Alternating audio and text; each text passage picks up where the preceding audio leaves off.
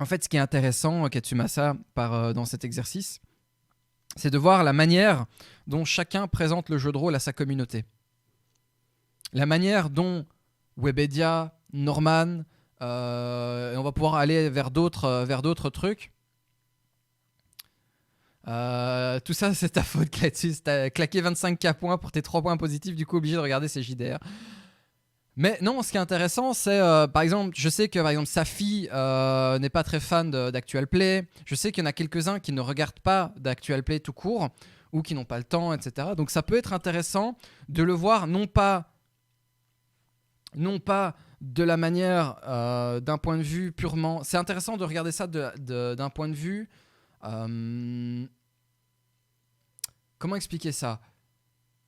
D'un point de vue, comment c'est présenté aux gens, comment apprendre à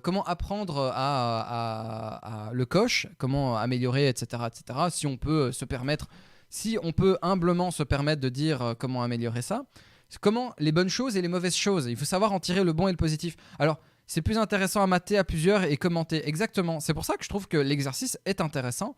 C'est regarder. On me demande souvent des exemples sur les techniques que je mets en place. Alors j'essaie de plus en plus dans les vidéos, surtout avec les facecam, de vous apporter des exemples, des appuis pour mettre ça en place. Mais finalement, le faire maintenant, c'est voir un peu ce qui se fait dans le milieu, tu vois. Ceux qui ont les moyens techniques, les moyens logistiques et financiers, etc., etc., pour mettre ça en avant. Je trouve que l'exercice n'est pas perdu. Alors je dis pas que c'est probablement le truc qui va intéresser tout le monde, mais l'exercice est intéressant. L'exercice est intéressant et peut apprendre des choses. Donc voilà. Comme dans n'importe quel JDR. Mais on va commencer simplement Attendez. Force de résistance, de perception, etc. C'est ça, comme dans n'importe quel JDR. Mais on va commencer simplement par l'état de vos personnages, c'est-à-dire comment c'est leur point de vie, comment c'est leur point de mana, puisque il n'y a pas de point de vie et il n'y a pas de point de mana. C'est vrai. Ah, à la pas place, de point de vie, je vous pas de propose point de un système mana. plus simple à gérer autour de la table, ne serait-ce que pour l'émission et pour vous aussi à regarder. C'est qu'on va utiliser des jetons qui sont donc ici. Je ne sais pas si on peut avoir mon plan. Ok, ouais. Mais voilà. En gros, c'est des petits jetons en bois que je vais leur donner qui vont avoir plusieurs représentations. Dans un premier temps, je vais vous donner potentiellement des jetons rouges. Les jetons rouges vont représenter les blessures, c'est-à-dire qu'ils vont pénaliser l'état physique de votre personnage. Ok. La première blessure est un avertissement. Elle vous sanctionne pas, c'est juste pour vous dire attention, votre personnage commence à être mal en point, trop de plaies, trop de brûlures, etc. Faites gaffe. La deuxième blessure va vous... Si tu veux du cringe, on va mater la session que j'ai fait avec Cécile où on incarnait des chihuahuas de télé-réalité. Là, on va avoir un exercice, mais moi, je suis ultra cringe dedans avec des accents dignes de Michel Leb. Alors, on peut le faire si tu veux. On va le faire un autre jour. Si tu veux, Katsumasa, avec grand plaisir. On va se faire plaisir d'analyser ça. Le problème, c'est que il n'y a pas de visuel. Enfin, c'est pas le problème, mais le faire en live. Je veux bien le faire en live. Ce serait incroyable. Je veux bien le faire en live, mais le seul problème, c'est qu'il y a très très peu de visuels et c'est quelque chose qui n'est pas du tout friendly. Donc, se focaliser juste sur de l'analyse, le jeu de rôle, tu vois, il y a un aspect... Enfin, le jeu de rôle, la pratique qui est la plus régulière du jeu de rôle est d'avoir des gens autour d'une table. Alors certes, depuis quelques mois maintenant, il y a le Covid, on a dû s'habituer, machin et tout. Ça a permis à certains de sortir des ombres des internets. Mais en dehors de ça, il y a beaucoup de choses à apprendre et on peut se permettre d'aller sur du contenu comme ceci pour analyser ce qui se fait de manière indirecte. Donc moi, quand je regarde ça, finalement, je ne regarde pas le jeu, je regarde les communications indirectes, je regarde les regards, les communications directes et indirectes des joueurs, comment ils interprètent leurs personnages. Je suis en train de faire un petit schéma que je ne vais pas vous montrer. Mais en gros, je vais vous le redessiner, mais de manière très simple. Donc, on a Ezekiel, on a Zulu, on a Maxildan, on a Hailey et on a Magla. Je fais le dessin ici. À chaque fois qu'il y a une interaction entre un personnage et un autre, je fais un trait. Par exemple, Ezekiel parle à Zulu, je fais un trait. Si Ezekiel parle à Maxildan, je fais un trait, etc. Et ça me permet en fait de voir la construction sociale du groupe. Ça me permet en fait de voir au bout d'un certain temps qui valorise plus d'interactions avec qui et de voir un peu la manière dont la structure sociale s'est construite à l'intérieur du groupe. Ça, c'est intéressant. Tu peux le faire évidemment à l'audio, mais le souci, c'est que la manière dont est présenté le truc est moins facile à suivre, même pour vous sur Twitch, que de cette manière-là. Voilà. Et ça peut être intéressant parce que finalement, on aborde sympa ça comme analyse. Et du coup, tu vois, c'est quelque chose que je ne fais pas de mon côté. Donc autant profiter des streams pour découvrir ça ensemble. Et merci Lucky Wi-Fi. Lucky pour ton follow. Bienvenue chez nous. Bienvenue chez les fous.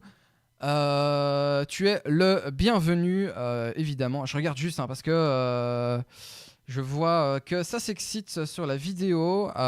J'ai oublié de dire que c'était en français. Oui, mais bon, après, voilà quoi. Aïe, aïe, aïe, ça y est. Hein. Velux, je viens de voir ton message. Bravo. Satan. Mais voilà, du coup, ça peut être intéressant comme de cette manière-là. Alors certes, ça n'apporte pas de plus-value, c'est average, on peut dire ce qu'on veut. Quelle est la proposition que font des gens comme Webedia, Norman, etc. sur le jeu de rôle? Ça, c'est intéressant comme sujet. Et on ne peut le faire qu'en regardant, je ne pouvais pas ne pas le signaler. C'est, voilà. Je trouve que c'est un exercice qui peut être intéressant, voilà, en tant que rôliste, on va pas dire de profession, mais en tant que ludologue, moi de mon côté, même si je ne suis pas pratiquant, c'est reparti pour les coups de marteau, je trouve que la pratique est intéressante. Voilà, bref, je suis désolé, je suis reparti de nouveau, je tourne en rond, mais voilà, ce n'est pas juste le plaisir du react ou de bâcher. Il faut que ce soit constructif. De nouveau, comme me disait un certain Michael Gelfi, si ta vidéo n'a pas de plus-value, si ce que tu fais n'a pas de plus-value, il n'y a aucun intérêt à le présenter aux gens. Alors, évidemment, je mets sur play le mauvais truc. Vous handicapez, vous ne pouvez plus faire tout ce qui est gros. Alors, recommencer. Hein. Elle vous sanctionne pas, c'est juste pour vous dire attention, votre personnage commence à être mal en point, trop de plaies, trop de brûlures, etc. Faites gaffe. La deuxième blessure va vous handicaper, vous ne pouvez plus faire tout ce qui est grosses actions, ce qui demandera beaucoup d'efforts. Et la troisième blessure vous fera tomber dans le coma. D'accord. Si jamais dans le coma, vous chopez une quatrième blessure parce qu'on vous attaque alors que vous êtes au sol, qu'on s'acharne sur vous, vous mourrez, vous quittez la table, au revoir. Yes. Dès le début. Bye bye. Et à savoir que les blessures, la première blessure se guérit toute seule vu que c'est qu'un avertissement. D'accord. Mais pour toutes les autres, il faudra faire des vrais soins, donc soit avec des médecins, soit avec de la magie. Ok. On a ensuite les jetons jaunes. Ok, donc il a des jetons, c'est un système de jetons. Je n'ai pas souvenir de jeu de rôle qui fonctionne comme ça. Est-ce que vous avez des exemples, vous, de votre côté, où on a une gestion où il n'y a pas de points de vie, il n'y a pas de classe d'armure, etc. Enfin, on va voir, hein, il va encore proposer, à mon avis, d'autres aspects.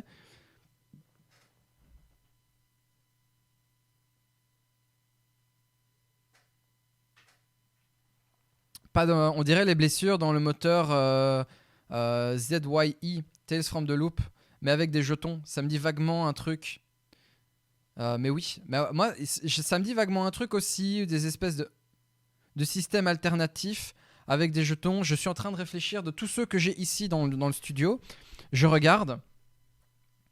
Exact, j'aurais dit comme Safista. Ouais, j'ai déjà entendu ou joué avec ce genre de système pour des one-shots.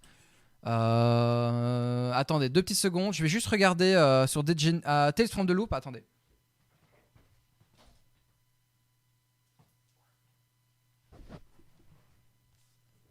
Au lieu de jetons, tu coches, c'est la même chose. Ouais, bah oui. Mais c'est pour, à mon avis, avoir un aspect visuel. Et là aussi, c'est une technique, voilà, comme vous le savez, voilà. Tales from the Loop, au lieu de jetons, tu coches, c'est la même chose. Par contre, Safi, c'est très important. Il y a très très important, et je dois absolument, non Tiny, il n'y a pas de jetons de mémoire. Tiny, il n'y a pas de jetons, ok. Mais le système, voilà, au lieu d'avoir des jetons, tu as une encoche, etc. Mais la technique est intéressante. Voilà, avant de parler plus loin, Safi, très important. Il y a l'artiste, j'ai oublié le nom de l'artiste qui a fait toute la série. Ma secrétaire traduction, je m'en fous. Relecteur, non. Illustration, Stollenhag. Voilà, Stollenhag a sorti un livre avec tous ses artworks. Donc, si vous êtes fan d'artwork de cette manière-là, Simon Stollenhag. C'est un Suédois. Je vais aller en facecam, ça va être plus simple. Si vous êtes fan de l'univers un peu mais avec des encoches, Sion qui est sur le même principe. Ah oui, Sion avec des encoches à faire de mémoire. Oui, Sion, c'est juste. Si vous êtes fan de ça, Stollen Hag a sorti son livre avec toutes ses illustrations. Si jamais vous êtes fan. Coucou Copus, merci. Merci. Je l'ai commandé. J'ai commandé le bouquin. On va peut-être faire une review un jour. Mais ce qu'il a fait est absolument splendide. Vraiment, c'est cet univers un peu comme le gars de Iron Harvest, dont j'ai oublié le nom alors que je l'ai contacté pour pouvoir utiliser ses illustrations. J'ai oublié, désolé, mais ouais, regardez ça. Je suis désolé, avec le fond vert, c'est pas terrible, mais vous avez vraiment cette visu avec l'énorme vaisseau là à l'arrière. On le voit pas très bien parce qu'il y a de la lumière et tout. Mais oui, c'est vrai, Sion, tu as raison, Copus, il y a Sion qui fonctionne aussi avec des encoches. Bref, il y a plein de jeux. À mon avis, voilà, je dis ça parce que je viens d'y penser. Sa fille, on parle de Tales. Il a sorti son livre d'artwork. Donc, si jamais tu as la possibilité de le commander, évidemment, essayez d'éviter Amazon. Hein. Je vais devoir disparaître bientôt pour le taf. Pas de problème, pas de souci, sa fille. Comme je te dis, hein, moi, il n'y a aucune obligation. D'ailleurs, ça me fait très plaisir. Je ne sais pas combien on est parce que je coupe toutes les informations. Nous sommes encore 25. On n'est jamais autant. Yes, merci Ride. Ah bon, ben Ride, tu connais la tradition ou pas? Depuis très longtemps. Non, tu n'étais pas prêt, tu n'étais pas au courant. Mais voilà, bienvenue dans la famille, gros. Et merci pour ton sub, merci. Premier mois, welcome, nous t'accueillons à bras ouverts. D'ailleurs, je vais en profiter immédiatement. Je vais aller sur le Discord. Je vais aller sur le Discord, sur le général. Lucky est là. Ride, Roll. Tu as du coup dorénavant les accès pour le sub Twitch. C'est accordé. Et revenons du coup à nos moutons. Stollen Hag sort son livre. Je l'ai commandé. On va peut-être faire une review un de ces jours.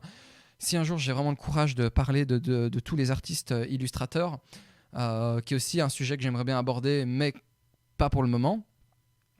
Mais quoi d'autre? Le système de blocs finalement est un système très visuel, est une bonne manière de faire une introduction aux joueurs, car au lieu, vous savez, souvent, et c'est un truc, enfin souvent, moi j'ai eu souvent la discussion Stone et Chardon, voilà, Stone et Chardon, exactement. Et Stone, il est là depuis un moment. Hein. Ça fait combien de temps que t'es dans les ombres, Stone? Pas aujourd'hui, hein, mais... Ouais, nous les gars de la roulotte, les dessinateurs de l'ombre, / normal. Bah, c'est con à dire, hein, mais il y a énorme. Dans le jeu de rôle, moi, ce qui me plaît aussi, c'est l'aspect culture, toutes les illustrations et tout. Il y a un travail de bâtard qui est pas du tout valorisé. Enfin, valorisé entre guillemets. Les gens généralement trouvent que les illustrations sont belles, mais ils vont pas aller plus loin, tu vois. Alors que il y a un artiste derrière. Si ça t'intéresse, va découvrir son truc. Tu peux apprendre des choses. Mais l'utilisation, de jetons, je me perds entre le chat et tout ce qui se passe. Aucune idée. Une de tes premières vidéos, certainement. Bah oui, je me souviens. Ça fait un moment que t'es dans les parages. Mais l'utilisation de blocs plutôt que de valeurs sur des papiers, ça peut être intéressant parce que il y a un truc qui est très important en ludologie, c'est de comprendre comment rendre le rapport au jeu le plus facile, c'est pas facile le bon mot, mais le plus aisé possible. Et cette manière de fonctionner, ça peut être notamment l'utilisation de blocs, de cases à cocher, plutôt que de faire des mathématiques. On m'avait commandé la couverture du guide du roublard, un fanzine de DD5. Oui, je connais, sur le Fofo at D&D. J'avais bien kiffé, même si j'avais pas eu le temps de la finaliser. Mais dans mon souvenir, le guide du roublard, on m'avait demandé un article, puis finalement, on m'avait demandé si ça m'intéressait de proposer un article. J'avais dit oui, et puis on m'a dit non parce que c'était trop accentué. Attends, on m'avait dit comment? Le guide du roublard, on m'avait dit le souci, c'est que les études sur lesquelles tu bases ton article ne sont pas du goût de tout le monde. Voilà. Et du coup, on a refusé mon article et j'en ai plus proposé par la suite. Voilà. Et je crois, et j'en suis même sûr, que c'était, dans mon souvenir, ça parlait notamment à peu près toutes les études autour du contrat social, de la catégorisation des pratiquants culturels, etc., etc. Du coup, j'avais fait un énorme article de 7-8 pages avec super bien décrit en expliquant pourquoi le jeu de rôle soit du goût de tout le monde, s'il te plaît. Non. Bah en fait non, j'ai pas investi 18 ans de ma vie. J'ai pas investi 18 ans de ma vie pour juste pour entendre les gens me faire oui mais non c'est un peu trop de droite ou de gauche à mon goût. Hein. Non non non non non.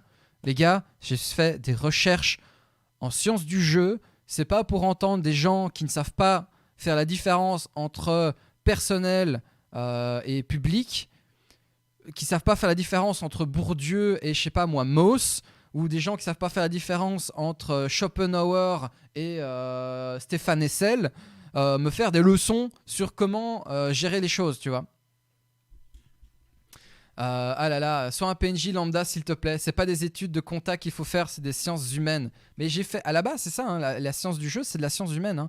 C'est un mélange de sociologie, de philosophie, de beaucoup de culture, en fait, de culturel, puisque la culture est liée à la science humaine, puisque le rapport culturel de l'humain n'est en lien qu'avec le bagage qu'il a développé. Bagage familial, social, culturel, la philosophie qui en découle, etc., etc., etc. Donc il y a beaucoup de choses à parler. Et j'avais fait cet article là-dessus en expliquant pourquoi le jeu de rôle connaissait un essor actuellement et pourquoi il était aussi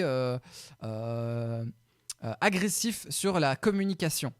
Tu vois, pourquoi est-ce qu'il y avait eu ce sentiment de réclusion et puis tout d'un coup, il y a les barrières qui se brisent depuis quelques années parce que les gens sortent du silence et pourquoi tout d'un coup, il y a une vindicte en mode genre oui, mais le jeu de rôle, etc. Et du coup, j'avais fait un gros article là-dessus. Ça parle de sujet. Salut Cremish, salut. Ça a du goût de tout le monde, soit un PNJ lambda. Non. Du coup, l'article est lisible quelque part. Oui, sur mon ordinateur. Parce que je vais un jour en faire une vidéo. Je voudrais en faire une vidéo Gamologie.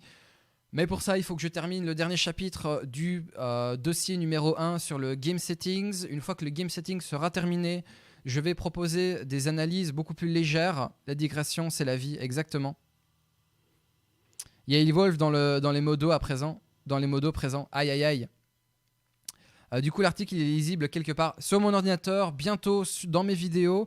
Le jour où j'aurai le courage, une vidéo qui va te faire plein d'amis. Mais j'en ai plus rien à foutre de me faire des amis, hein.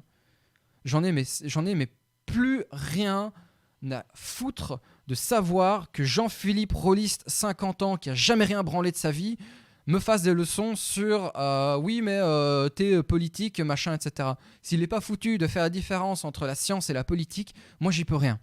Moi j'y peux rien. Je suis pas là pour ça. On attend la vidéo avec impatience. Bah oui, et je suis vraiment désolé. Hein, j'essaie de faire 2 vidéos par semaine, plus des streams. C'est vraiment... c'est plus mes études aussi. C'est dur, mais j'essaie un maximum de vous apporter du contenu pendant cette période, depuis le confinement. Hein, je ne sais pas si vous vous êtes rendu compte, mais entre les streams et les vidéos toutes les semaines...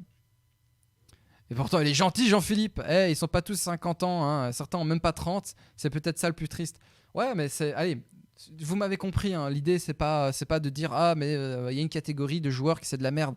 Non, c'est pas ça. C'est les mecs qui se permettent de m'envoyer des MP en disant le dernier en date c'était genre fils de pute de communiste de merde. On aurait mieux fait de te tuer, un truc comme ça. Enfin, ça fait partie des 12 dossiers en justice pour menaces de mort que j'ai eu avec la vidéo sur le contrat social, tu vois. C'est pas méchant, Si, c'est méchant. Mais je suis pas là pour me faire des amis. Bref. Du coup, jeu de rôle. Il y a beaucoup de choses. What? T'avais pas entendu, Oda? T'avais pas entendu? Ah, la vidéo sur le contrat social a fait beaucoup de blabla. Mais oui, des menaces de mort sur moi, ma famille, sur des menaces de mort, voilà, sur mon contenu ou juste des menaces tout court. Hein. Il y avait différents degrés. Il y en avait 17 au total, 12 ont été validés par la justice. Les 5 autres vont être juste appelés pour le rappel des règles sur Internet. Mais il y en a 12 en tout cas qui ont été pris en charge par la justice. Ils vont recevoir, à mon avis, dans les prochains mois. Voilà, tac, c'est validé. Mais voilà, du coup, l'utilisation de blocs en tant que tel, 100%. L'utilisation de blocs, en fait, permet à la ludologie, donc comprenez bien, la ludologie, c'est la transmission de l'intérêt du jeu de manière physique. Il y a notamment en marketing ou en vente, on utilise par exemple la technique du bic, la technique du pied dans la porte et des trucs comme ça. C'est arriver à hameçonner le joueur pour l'attirer vers toi. C'est la technique du grab un peu, pour ceux qui connaissent Blitzcrank sur League of Legends. C'est tu envoies ton grappin et puis tu l'attires vers toi et ou de trèche ou peu importe. Mais vous voyez un peu l'idée. Le truc, c'est Osef de JP et de la bande. Il y a autant de types joueurs que de gens. L'important, c'est juste de passer un bon moment à la fin. Ouais, clairement, très clairement. Tac, 100% mérité. T'es qui pour dire comment jouer à une table de jeu? Mais je ne dis pas aux gens comment jouer. J'explique juste les recherches où elles en sont. Sur Internet, mais non. Ah si, des gens qui menacent de mort sur Internet, c'est un truc de ouf. Hein. Bizarrement, face à face, ces mêmes gens ne l'ouvriraient pas. Exactement. Mais wesh, ces gens, tu menaces pas les gens parce que t'es pas du même avis, mais complètement. Surtout que, foncièrement, pour ceux qui ont regardé la vidéo, il n'y a pas de propagande derrière, tu vois. Je suis le premier à faire attention à ce que le discours soit focalisé sur les aspects scientifiques ou l'intérêt que ça peut apporter et de ne pas parler de l'aspect social ou engagement politique derrière. Tous mes sujets, j'évite à tous les niveaux de dire que c'est bien ou c'est mal d'aller d'un côté ou de l'autre de la balance politique. Après, que Bourdieu soit reconnu comme sociologue de gauche, mais ça c'est parce que c'est son œuvre, c'est sa vie. Mais quand il a développé le concept des trois capitaux majeurs et qui après développé le capital charismatique, ce n'est pas parce qu'il était de gauche qu'il a développé ça. C'est parce qu'il s'est rendu compte que dans la structure sociologique dans laquelle se développait dans la structure sociale, culturelle et sociologique dans laquelle il évoluait sa démarche était différente et se rapprochait, bon certes, de ses engagements, mais ça c'est autre chose, tu vois. Il faut différencier pour ça. Tu veux nous forcer à devenir italien, exactement. Et tu veux la jouer comme ça? Ok, c'est parti. Voilà, c'est comme ça. Bizarrement, face à face, ces mêmes gens ne l'ouvriraient même pas. Ouais, exactement, mais c'est un truc. Tu as le courage d'exposer tes opinions en ligne. Les détracteurs détraqués sont les plus audibles, mais tu as aussi du soutien. Exactement, c'est pour ça que j'ai vraiment... Je pouvais pas garder ça juste pour moi. Je l'ai un peu exposé sur les réseaux sociaux et les gens en ont parlé. Et ça m'a fait beaucoup de bien d'avoir des retours de gens que j'apprécie énormément. Benjamin Sibling, Jérôme Brand, Pierre Rosenthal, Rollis TV, etc. Cora, etc. Tous ces gens sont venus vers moi en disant écoute, nous on a regardé ta vidéo, il y a pas tout ça, ça n'y est pas et j'ai pas compris pourquoi c'est parti en sucette. Mais bref, ce mouvement de tes mains exactement. Et finalement, il n'y a pas de politique dans ce que j'explique. On s'en fiche de la politique. Moi, j'explique juste l'art du jeu. L'art du jeu, les recherches qui ont été faites derrière. L'idée est que le jeu ne soit plus pris comme une pratique d'attardé, de gamin ou de puéril. Les gens qui jouent, ils cherchent quelque chose. Ce n'est pas une fuite. Le jeu est salvateur. Je l'ai prouvé par mes recherches et par mes développements pendant des années. Je refuse de continuer à entendre des trous de balles faire des blagues d'hélicobite ou de caca ou de prout sur Internet pour valoriser cette pratique qui est notamment le jeu de rôle, mais la pratique générale, pratique culturelle et sociale du jeu. Et ça n'a rien à voir avec de la propagande politique. Moi, perso, quand on traite quelqu'un de communiste, ça me donne encore plus envie d'écouter ce qu'il dit.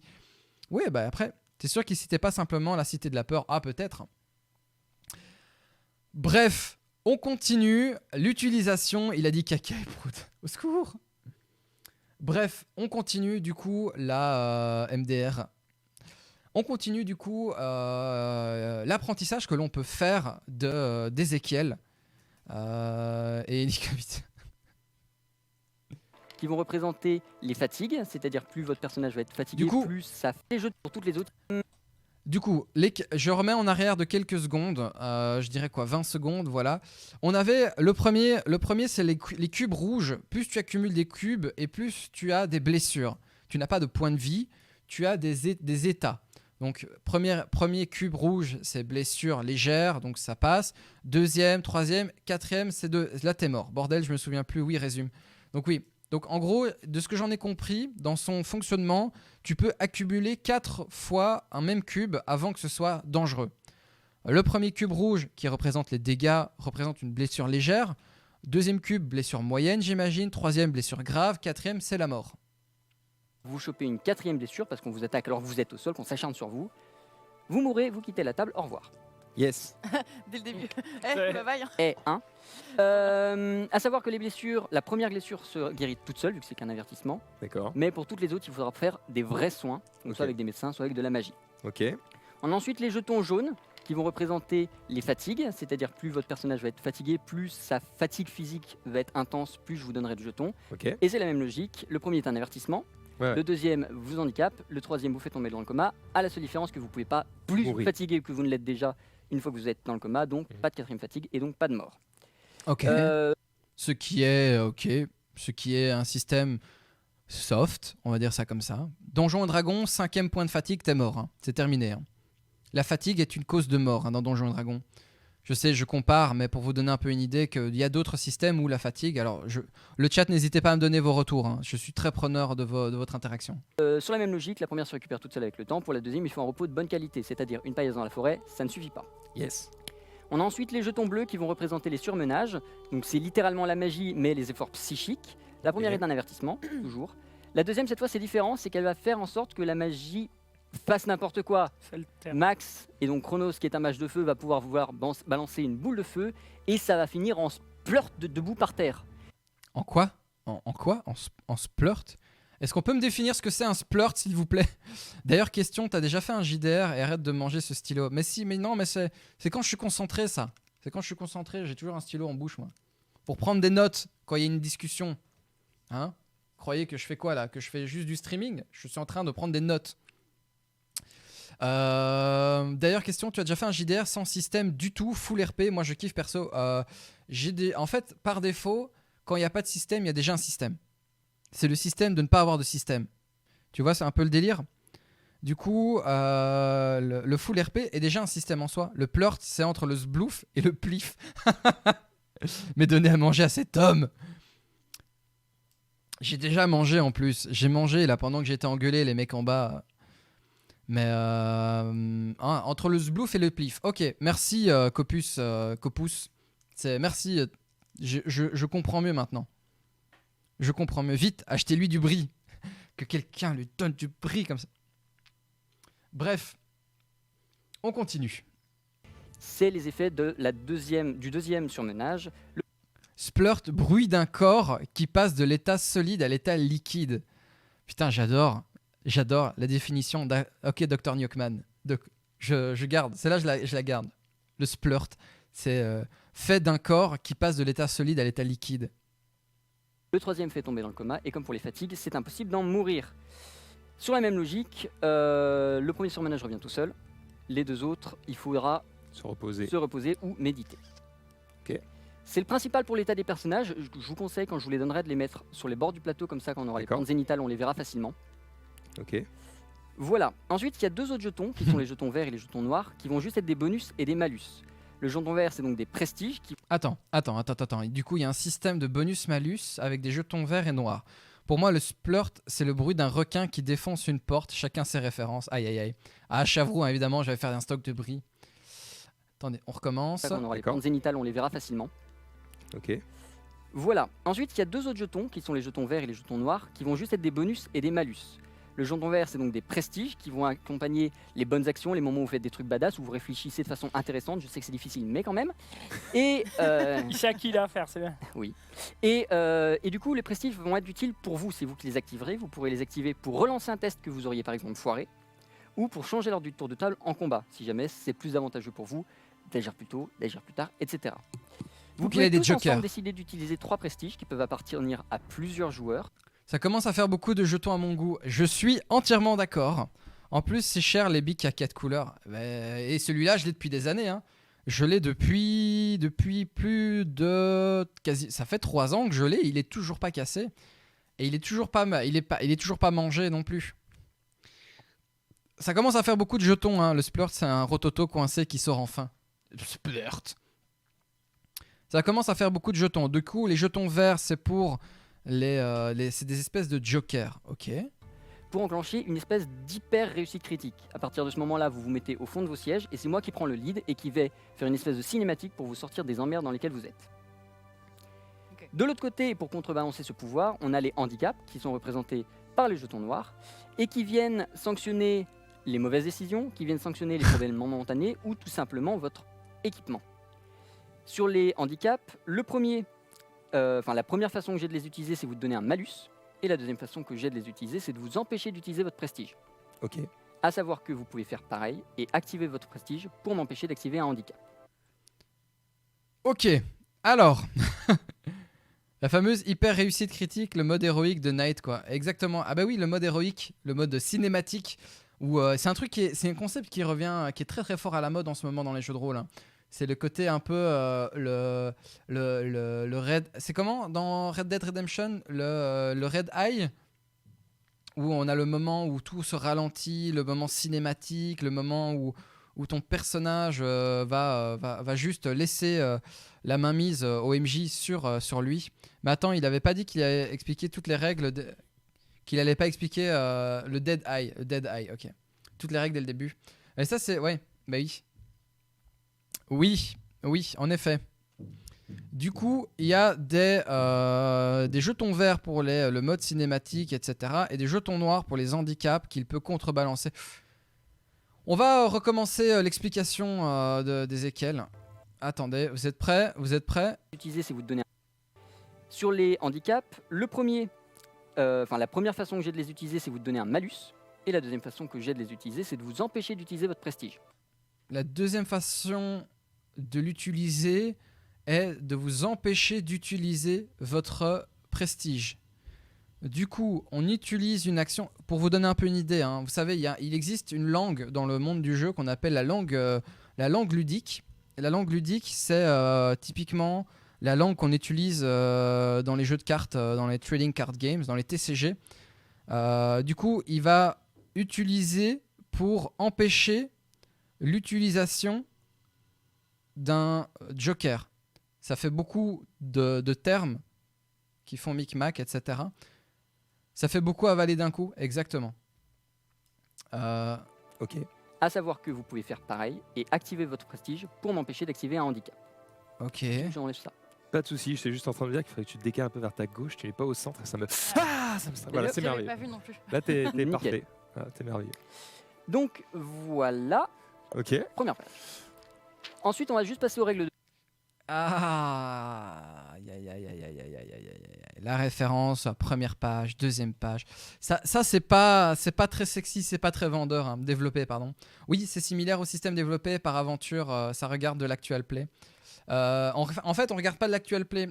On ne regarde pas l'actual play. On analyse et on développe depuis maintenant 4 heures. Depuis 4 heures, un peu les techniques, les mises en place. Et du coup, vous voyez un peu le paragraphe qu'on vient d'avoir. Il y a ce concept en fait qui s'appelle donc le langage ludique. C'est typiquement le langage qui est utilisé par les cartes Magic. Attends, 2 petites secondes. Je vais chercher un exemple. Ça va être beaucoup plus simple. En fait, j'ai pas besoin. J'ai un exemple déjà tout fait. Remplacez-le par Monsieur Dittel, bon Dieu. Ok, les joueurs peuvent contrôler les actions du MJ, une sorte de pion de chance. Exactement. Je vais revenir en facecam et on va en discuter avec les avantages et désavantages. Ce qui se passe, c'est que la langue ludique, en fait, il faut comprendre qu'un designer ou quelqu'un qui la parle régulièrement, qui la comprend, ça, c'est une langue qui se rapproche très fortement du langage juridique. C'est un langage qui est très technique, avec des mots très particuliers. Il faut comprendre chaque nuance. C'est ce que j'essaie d'expliquer dans mes vidéos Gameology notamment. Il faut notamment par cet exemple très simple. Quand je vais aux toilettes dans un restaurant, à l'époque on pouvait aller au restaurant, hein, c'est-à-dire avant le Covid, bien évidemment, Mais il va arrêter de taper, là, l'autre connard, avec son marteau. Pardon. Quand vous allez dans un restaurant et que vous allez aux toilettes, vous êtes en train donc de faire, vous faites ce que vous avez à faire, et puis vous sortez des toilettes. Mais au moment où vous sortez donc de la pissotière ou de la cuvette pour les demoiselles ou les dames, je suis en réu, mais je viens dire bonjour, on a été rien. Coucou Chrisou, j'espère que tu vas bien. On parle du langage ludique justement. Et le chat. J'espère que tu vas bien, Chrisou, que tout se passe bien au travail. J'espère que ta réunion se passe bien.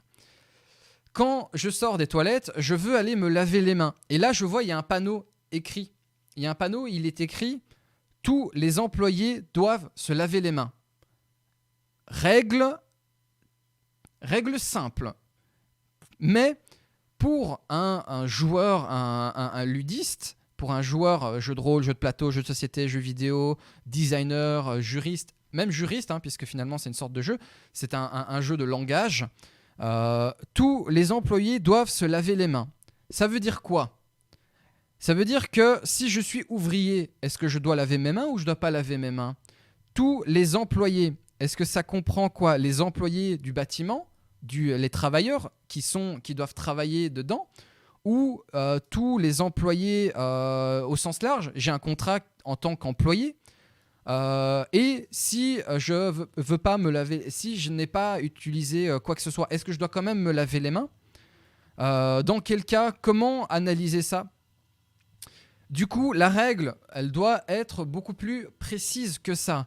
Tous les employés travaillant au service de table, ouf, je suis chômeur, je peux ne pas me laver les mains. Exactement. Eh ben voilà, c'est sur cette base-là que notamment certains jugements se font. C'est parce qu'on joue avec les mots. Mais comme la règle n'est pas claire, elle permet aux gens qui ne la maîtrisent pas de passer à travers les mailles du filet. Donc, si tu es employé, si tu es par exemple, je sais pas moi, tu es ouvrier dans cet établissement-là et qui est écrit « Tous les employés doivent se laver les mains ». Mais si tu es ouvrier, tu es là pour la plomberie par exemple et que tu travailles dans cette entreprise, mais en fait, tu dois pas te laver les mains parce que tu n'es pas employé, tu vois. Et c'est pour ça qu'il est important d'utiliser les mots justes et éviter un maximum d'utiliser ce langage-là, la fameuse sujet à interprétation. Exactement, c'est le sujet à interprétation. Et c'est quelque chose que j'ai tout le temps. Et c'est quand je lis une règle et que les gens disent « Putain, mais c'est incompréhensible, c'est du droit », notamment la comptabilité que je suis en train d'étudier en ce moment. C'est le principe des jurisprudences, exactement, et de la justice américaine. Certes, c'est la justice américaine. Attention, le système de justice aux États-Unis, c'est une chose à part. Si c'est pas écrit, tu peux le faire, il n'y a pas d'interprétation. La différence, c'est que nous, en Europe, on fonctionne autrement. Si les choses doivent être écrites précisément. Aux États-Unis, si c'est pas écrit, tu peux le faire. Si c'est pas écrit chez nous, on va avoir un aspect beaucoup moins tranché. Parce qu'il est du devoir des instances judiciaires d'établir, non pas judiciaires, mais politiques au sens général en fonction des niveaux de pouvoir, etc., d'établir les règles. Sur un malentendu, je peux ajouter un bonus de plus 1000 à tous mes jets de caractéristiques. Exactement. L'objectif est d'éviter les failles dans un système qui se veut égalitaire, machin, etc., juste, blablabla, et tout ça. La règle dans un jeu, c'est pareil. Si vous parlez ce langage-là, si vous utilisez ce langage, je contrebalance ton empathie avec un jeton d'handicap sur ton avantage, ce que je viens de faire, mais alors que je vous ai juste dit, je bloque ton action. C'est exactement ça que j'ai dit. Mais j'ai utilisé les termes spécifiques du langage ludique pour préciser aux gens que il y a certaines actions, il y a certains bagages de connaissances qui font que... c'est pour ça que j'aime pas trop le système D&D, c'est trop pointu. Moi, j'y vais au feeling et j'aime que ce soit sujet à interprétation. Exemple, sur le Discord, avec le pouvoir de boule de feu et l'invisibilité, Mais en fait, de nouveau, les règles ne sont que des guides et ne sont pas des choses gravées dans la roche. En jeu de rôle, tu peux le faire. Dans un jeu de société, tu ne peux pas le faire. Dans un jeu vidéo, tu ne peux pas mal interpréter une règle. C'est la règle, elle est telle quelle, un point, c'est tout. C'est la force du jeu de rôle d'ailleurs. c'est que tu peux utiliser la règle si tu veux ou si tu veux pas. Si tu mets en avant le rôle, si tu mets en avant la narration, si tu mets en avant l'histoire, qui est vraiment la force du jeu de rôle, notamment avec les différents degrés d'immersion, que ce soit à travers les mécaniques, que ce soit à travers le setting, que ce soit à travers l'expérience de la table, etc., etc., tu peux ou non choisir les règles qui te conviennent. Les règles doivent servir la narration avant tout. Mais dans un jeu de société, dans un jeu de plateau ou dans un jeu vidéo, tu peux pas, au sport notamment, tu peux pas aller au foot, par exemple, et mettre des mandales aux autres joueurs. Ou alors tu joues en division provinciale dans un champ de patates avec Jean-Philippe, ton pote à la buvette, tu vois. Mais en temps normal, il n'y a pas tout d'un coup... La règle, elle est comme elle est, point. Il n'y a pas sujet d'interprétation. Elle est claire. La règle du hors-jeu, elle est claire. Elle n'est pas compréhensible, mais elle est claire. Et c'est ça le plus important. C'est que la règle soit claire. Alors, ça demande du temps d'interprétation et c'est pour ça que l'utilisation du « Ah, on est à la première page », le jeu de rôle doit glisser. Et alors, je sais que j'ai ouvert un sujet absolument monstrueux là, probablement. Mais non, en fait, c'est ça le truc. C'est ça Katsumasa. Pour ça que, par exemple, sur Discord et que généralement, je ne donne pas d'explication de règles. À part peut-être le système D20, bonus, etc., maîtrise et tout, il n'y a pas de... je ne cherche pas à impliquer, à dire aux gens ce qui est bon et ce qui n'est pas bon. Parce que même D&D, le package est complet. Le jeu est complet. Tu choisis ce que tu veux appliquer ou non. C'est ça le plus important. Le jeu de rôle doit glisser. Ça se veut quand même simple et détente. Tu ne peux pas invoquer une règle ou une loi d'un grimoire à chaque action. La narration ne doit avoir aucune restriction. Tac, chacun a... Coucou LA, salut LA, j'espère que tu vas bien. Je suis désolé, on est parti dans une discussion très technique sur le langage ludique et l'interprétation de règles dans un jeu. Dans un jeu vidéo, dans un jeu de plateau, au sport, etc., tu ne peux pas. Il est impossible matériellement de ne pas respecter la règle. La règle, c'est, dans Mario, si j'appuie sur A ou sur X en fonction de la manette, je saute. Tout d'un coup, imagine, tu joues, t'appuies sur A, Mario, je sais pas moi, met un coup de poing. Jusqu'à maintenant, ça a toujours sauté, mais je change la règle parce que j'ai décidé de l'interpréter comme ça, et le jeu décide de, voilà, tu sautes. Tu vois la frustration qu'il y a derrière ? C'est un peu ce que j'expliquais avec le concept de la troisième vidéo sur le conflit dans Gameology. C'est le fait que la gestion de la règle permet de gérer la frustration du joueur. À partir du moment où il y a une connaissance des codes, il ne peut plus y avoir de mauvaise interprétation de la règle. Et la règle est synonyme de liberté. Si les choses sont cadrées, elles peuvent permettre une meilleure interprétation, liberté par les autres. Mais si tu commences ton acheminement de compréhension de règles, il faut savoir de base à quoi elles ressemblent. Le sort d'invisibilité ne disparaît pas suite à une boule de feu. Moi, Naetherion, je dis que oui. Pourquoi ? Parce que je sais que dans le fonctionnement de la trame du monde Donjons et Dragons, lorsque la toile, le flux magique influence sur les autres, ça perturbe l'utilisation magique de l'invisibilité sur soi. Tu te prends une vague de flammes, ça perturbe la magie, tu es disponible. J'ai l'impression que vu les règles sont très très précises, les gens veulent absolument les appliquer à la règle, quitte à perdre une heure de jeu à tergiverser, alors que dans un jeu, il n'y a pas cette perte de... Ouais. C'est ça le truc, c'est pour ça que tu dois pas voir D&D comme étant le... Il faut différencier, il faut absolument diviser chaque aspect. Il faut pas voir D&D comme étant un énorme bloc. Et si tu brûles, on voit au moins le feu sur toi. Exactement. Donc finalement, l'invisibilité disparaît pas, mais tu es visible. Et du coup, si tu es visible, en étant invisible, ben quelque part, tu n'es plus invisible, tu vois. Elle est là, l'interprétation. Elle est là, le code de compréhension de chacun, tu vois. Ah, quelqu'un, il faut... Voilà, j'ai validé. C'est pour ça qu'il est important de comprendre la règle. Et pourquoi la règle est importante ? La règle est synonyme de liberté dans un jeu. D'ailleurs, j'ai un énorme article que je dois traduire en vidéo sur l'art du jeu. Vraiment l'art du jeu. Qu'est-ce que c'est peut-être un problème de contrat social et d'attente des joueurs et ou du MJ ? Oh, il y a des pavés qui sont enchaînés là, je suis désolé, j'ai l'impression que... Oui, mais voilà. Il y a les joueurs de D&D en fait, les joueurs de jeux de rôle de manière globale ne peuvent pas se lancer, ont du mal à se lancer dans le jeu de rôle en se disant il n'y a pas de règles. Parce que mentalement, c'est une construction qui s'est faite depuis toujours de se dire que le jeu de rôle, c'est principalement des règles. Et c'est vrai et c'est pas vrai.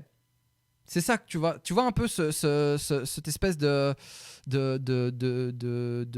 blocage qu'il y a. C'est que à la fois, il y a des règles, elles sont importantes, tacites ou non, explicites ou non. Et d'un autre côté, il y a cet autre aspect où les règles ne sont pas importantes. Mais comment on te dit assieds-toi, mais reste debout. Mais si tu t'assieds, on t'engueule. Et si tu restes debout, on t'engueule. Et il y a une confusion. Et c'est ça qui est compliqué, qu'il faut essayer d'expliquer aux gens. C'est que les règles, si tu veux les appliquer, tu les appliques. Si tu ne veux pas les appliquer, libre à toi de ne pas les appliquer. Ça ne changera pas le jeu. C'est la force du jeu de rôle. Tu ne peux pas faire ça dans un jeu de plateau. Tu ne peux pas faire ça dans un jeu de cartes. Tu ne peux pas faire ça dans un MMO. Tu ne peux pas décider tout d'un coup... Hop, moi j'ai décidé de voler, voilà, je vole, point. J'ai décidé de m'accorder 1 milliard de points de vie ou 1 milliard de pièces d'or, je le fais. Tu ne peux pas transgresser la règle qui est la même pour tout le monde et du coup, sentiment d'égalité, puisque la règle est pareille pour tout le monde, il y a du coup une plus-value qui s'opère à d'autres niveaux. Ouf, voilà. Désolé, je me focus pas sur toi, Katsu, loin de là, hein, mais comme ça tu vois un peu qu'il y a une... assis debout. Assis debout. Mais oui, en effet, il y a une peur très forte de croire que les règles sont importantes. Oui et non. Comme toujours, il n'y a pas de vérité ultime. Moi, je vais aimer certaines règles et je vais pas en appliquer d'autres. D'ailleurs, la vidéo de jeudi, elle va vous retourner à ce niveau-là. Mais voilà, il y a d'autres règles j'en ai rien à faire, tu vois. Et ça, donc voilà, j'ai l'impression, donc voilà, ça frustre les gens quand d'un jeu à l'autre, c'est plus A qui saute, mais B, c'est pas normal. Et on a parfois même frustration quand un JDR va dans une direction différente de la norme. Exactement, LA. Cool, on reparle de cette boule de feu. Salaud ride. Désolé, j'étais en meeting, on revient à la session, tu peux utiliser ces outils pour définir un et quand on utilise, c'est pas rare que... Ok, je suis pas sûr de la règle. Comme ça, on verra si on peut la changer. Les débats de règles doivent jamais prendre toute la session. Exactement. Oui, et si tu brûles, on voit au moins le feu sur toi. Autant dans un jeu de cartes, il ne faut pas que les effets de cartes soient sujets à l'interprétation, qui n'a jamais eu de problème avec Contrecarré au début de Magic. Mais dans les jeux de rôle, et je pars du principe que le MJ a la priorité sur les règles, s'il a expliqué les points qui divergent au début entre les... Ok. Aïe. Et puis, tu peux prendre des règles, thèmes et enlever celles. On va essayer de clôturer un peu le débat. Je suis vraiment désolé pour ce côté un peu chiant. Digne des meilleurs vidéastes, la vidéo de jeudi va vous étonner. Le nom des vidéos, jeu comme jeudi. Le truc, c'est que trouver des joueurs D&D qui acceptent de mettre de côté les règles du jeu pour le bien du RP, j'ai l'impression que ça n'existe pas. Si, il y a moi. Rappelle-toi l'actual play qu'on a fait sur... Rappelle-toi l'actual play qu'on a fait sur Strad, l'actual play qu'on a fait sur League of Legends, sur les chroniques de Bilgewater. Il n'y a quasiment aucune règle. Hein. Alors certes, c'est de l'actual play, donc c'est encore particulier. Mais voilà, pour le coup, en cas de boule, mais je dis, mais roll and play, mais tu sais que tu n'es pas obligé, Oda, de regarder qu'une seule vidéo par jour. Hein. Tu sais que tu peux regarder plusieurs youtubeurs différents. Hein. C'est un truc qui est dingue avec Internet, c'est que tu peux aller voir différentes choses. Et donc on a parlé d'où trouble lié à la mécanique de la magie, part de mon expérience, c'est ce genre de mémoire qui rebute à savoir respirer dans le système et l'ambiance. Mais voilà, bref. On retourne du coup sur la question des mécaniques que je trouvais très intéressante. Aïe, samedi, tac, faut savoir. On peut même mettre en pause et avoir la vidéo de jeudi, vendredi, exactement. Incroyable, on peut même mettre la vidéo en pause, la regarder après Roll and Play, c'est un truc de fou. Oui, mais si tu mates Roll and Play, je comprends que tu te dis C'est bon, trop d'internet pour aujourd'hui, je coupe tout. Aïe aïe aïe, aïe aïe aïe aïe aïe aïe aïe, ça y est, ça attaque Roll and Play. On peut mettre un pipapouf. Samedi, j'ai un de mes joueurs, un Félix, qui a un passif qui dit qu'il a le droit d'une action s'il est surpris. Or, il s'est fait surprendre alors qu'il était en train d'escalader. Je lui ai dit fuck off, t'es déjà en train de faire une action complexe, il a boudé. Mais tu as totalement raison. Tu as totalement raison, Ride. Tu l'interprètes comme ça. Non, désolé, pour moi, tu es déjà en train d'escalader quelque chose. Ça te prend toute ton action. Tu ne peux pas tout d'un coup arrêter d'escalader et attaquer. Tu peux pas. Point. Et voilà, la règle, elle est appliquée à ta manière. Parce que tu peux faire ce que tu veux. On continue. 13 minutes 50. 13 minutes 50, plus de 4h20. Lâche la montagne et fais ton action. Exactement. Tu lâches la montagne. Tu attaques le mec et tu remontes, tu retournes escalader la montagne. Bref, continuons l'exercice d'apprendre comment les gens font ailleurs. Le test, ça va aller assez vite. Ah, À une fin de- Ensuite, on va juste passer aux règles de test, ça va aller assez vite. À une Face. simple exception près, Vas-y. c'est que vous avez tous normalement de l'équipement. Vous Ok. avez tous normalement des handicaps. Ouais. Et on va commencer par la distribution de handicaps, à savoir un chacun. Oui. Et Ah merde. ouais Ah ouais, Ah ça ouais, commence bien. Ah, donc Ah bah oui. on commence bien, quoi. Allez, hop. On a déjà du handicap. On a déjà Pourtant, tous un handicap super. de base, ok, Seuls très vrais bien. guerriers n'ont pas peur. C'est Du ça. coup, pour expliquer rapidement, c'est parce qu'on a choisi certaines forces dans notre C'est équipement ça. qui fait que ça nous donne certains handicaps.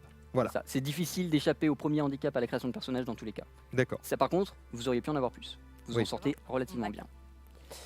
On va passer aux règles de test. Ça va être pas forcément le principal, mais ça va être ce qui va beaucoup mener la partie. C'est-à-dire que toute action qui sera pressée, qui sera compliquée, qui sera peut-être de combat ou qui servira à quantifier des choses, vous verrez ça en partie, va être menée par les dés. Pour ça, on va utiliser des règles qui sont relativement simples.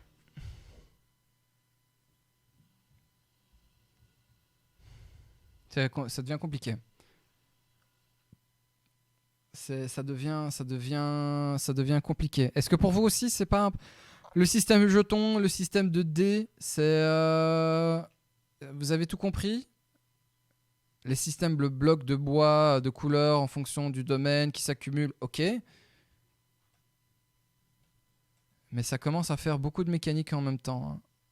À chaque test, les joueurs utiliseront 3 dés. Un dé d'attribut, un dé de compétence et un dé de bonus. 3D. Attends. Compris, oui. Compliqué, oui. Après, faut voir Qui une ira guide. quantifier des choses, vous verrez ça en partie, va être menée par les dés. Pour ça, on va utiliser des règles qui sont relativement simples. À chaque test, les joueurs utiliseront 3 dés.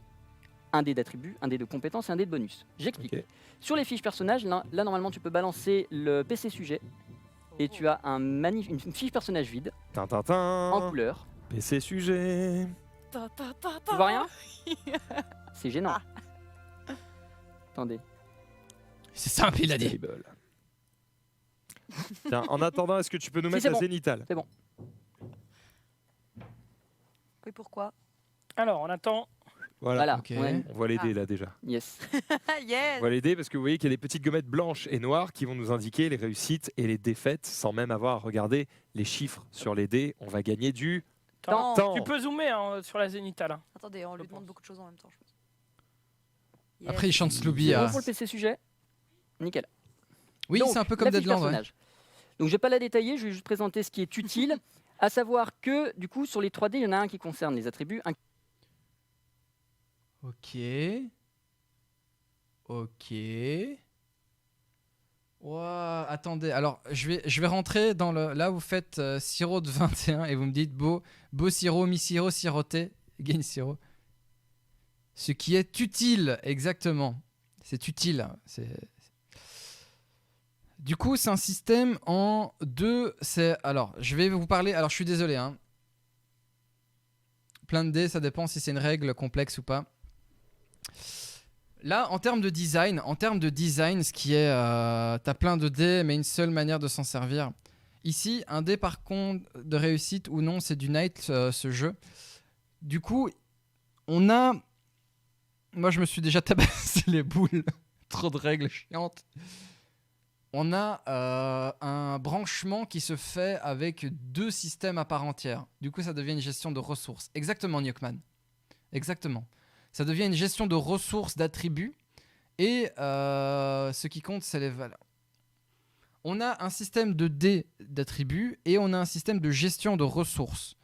Du coup, c'est un double branchement. On a un système avec double branchement et chacun avec un cycle propre. Ok. Qui concerne les compétences et un qui concerne les bonus. Ah. Les attributs, c'est ce qui est avec des grosses cases et en majuscules. 15 minutes. 15 minutes. C'est trop long. Je suis désolé. C'est beaucoup trop long. C'est beaucoup trop long. On aurait déjà dû commencer. En jeu de rôle, il faut savoir que, et c'est pareil en pédagogie, ça c'est ce que j'avais appris en étant avec des profs, au-delà de 20 minutes, entre 15 et 20 minutes, c'est le moment clivage où tu perds l'attention de tout le monde. Tu passes de 80% d'attention à peu près à moins de 20% d'attention. 15 minutes. C'est entre 15 et 20 minutes. Comme ça, vous le savez, à votre table de jeu, si vous avez des choses à faire pour hameçonner vos joueurs, il faut que vous les fassiez dans les 15 premières minutes. Un jour, j'en reparlerai. Premier bâillement à 15 minutes en moyenne. Exactement, Newkman. Exactement. C'est pareil, par exemple, sur YouTube. Après, ces formats-là, il faut aussi prendre en compte qu'il y a des viewers, etc. Ben, c'est comme ici, hein, par exemple. Je sais très bien qu'il y a des gens qui sont là. Ça fait 4h30 qu'ils sont là. Règles compris, oui. Compliqué, oui. Chiant, oui. Vince, calme-toi, Vince. Arrête. Après, un jour, il va falloir que je te présente aux gens du live pour les sujets à aborder à l'avenir. Et ça risque d'être violent. Ils vont se dire, mais t'es un connard, en fait. Bref, mais du coup, oui, il y a un système... Si tu veux, tu as une barre de zoom. C'est un système qui est bien designé. C'est un système qui est bien designé, mais c'est pas un système qui est user-friendly. Attention, quand je dis user-friendly, c'est merci personne. Merci personne pour le follow. Bienvenue à toi. Bienvenue chez nous. Bienvenue. Vous n'êtes pas prêts. Mais c'est un système qui est bien designé pour des gens qui ont déjà une connaissance du jeu. En tout cas, de la logique derrière. Zoom tout en haut à gauche ou à droite. Tu as une barre de zoom qui va te permettre de zoomer de façon... Non, tout en haut à droite, du coup. Je suis en bon Ah. contrôle plus, il doit faire le taf. Non, ça marche pas sur site. Ah ouais. Eh ouais. Ouais, Chier. Roll20, mon ami. Donc par exemple, en termes d'attributs, on a la force, la résistance, la perception, etc. Ça définit ce que le personnage est naturellement de base. Ensuite, on a la compétence qui sont juste en dessous, en minuscule avec des petites cases qui vont définir ce que le personnage a pu apprendre. Et enfin, on a le bonus, c'est-à-dire tout ce qui est en dessous dans la fiche personnage. Du coup, ils vont prendre un dé d'attribut. Imaginons la perception. Du coup, autour de la table, vous allez tous prendre un dé de perception. Pour ça, vous regardez la couleur à laquelle correspond votre case. Ok. 2. Perception, je suis à 2. Je suis à 0. Et donc 2, c'est Jaune. Donc, vous prenez un dé. Jaune. Yes. Je vous laisse tous le faire. Ça marche. Ok. Ça y est. Excuse-moi, je récupère mes dés. J'avais mis au centre. Donc, je prends un dé jaune. Ouais, ensuite. Ok. Attribut. Imaginons que vous cherchiez à regarder quelque chose. Ça va être de la vigilance. Je vais donc vous laisser prendre votre dé de vigilance. Yes, jaune aussi. Moi, c'est vert, j'ai que 1. Là, Magla et Ah. Zoulou. Ok. moi, je suis vigilance. Ah, Je suis perdu. C'est pas Ça, grave. zéro. J'ai En dessous de reçu la perception, tu Ah, as ça y est, vigilance. on a entendu, Et tu on as l'a trois entendu. points Là, dedans. ta On l'a perception. entendu. Ouais. T'as Ouais. 4 en perception. On l'a entendu, en- on l'a entendu, on l'a entendu. Attention. On l'a entendu, le fameux. Vert, j'ai que 1. Là, Magla et Ah. Zoulou. Ok. moi, je suis vigilance. Je suis perdu. Voilà, il l'a dit, je suis perdu. Je suis perdu. Voilà, on l'a entendu. Passe intuitif et rapide. Aïe, aïe, aïe.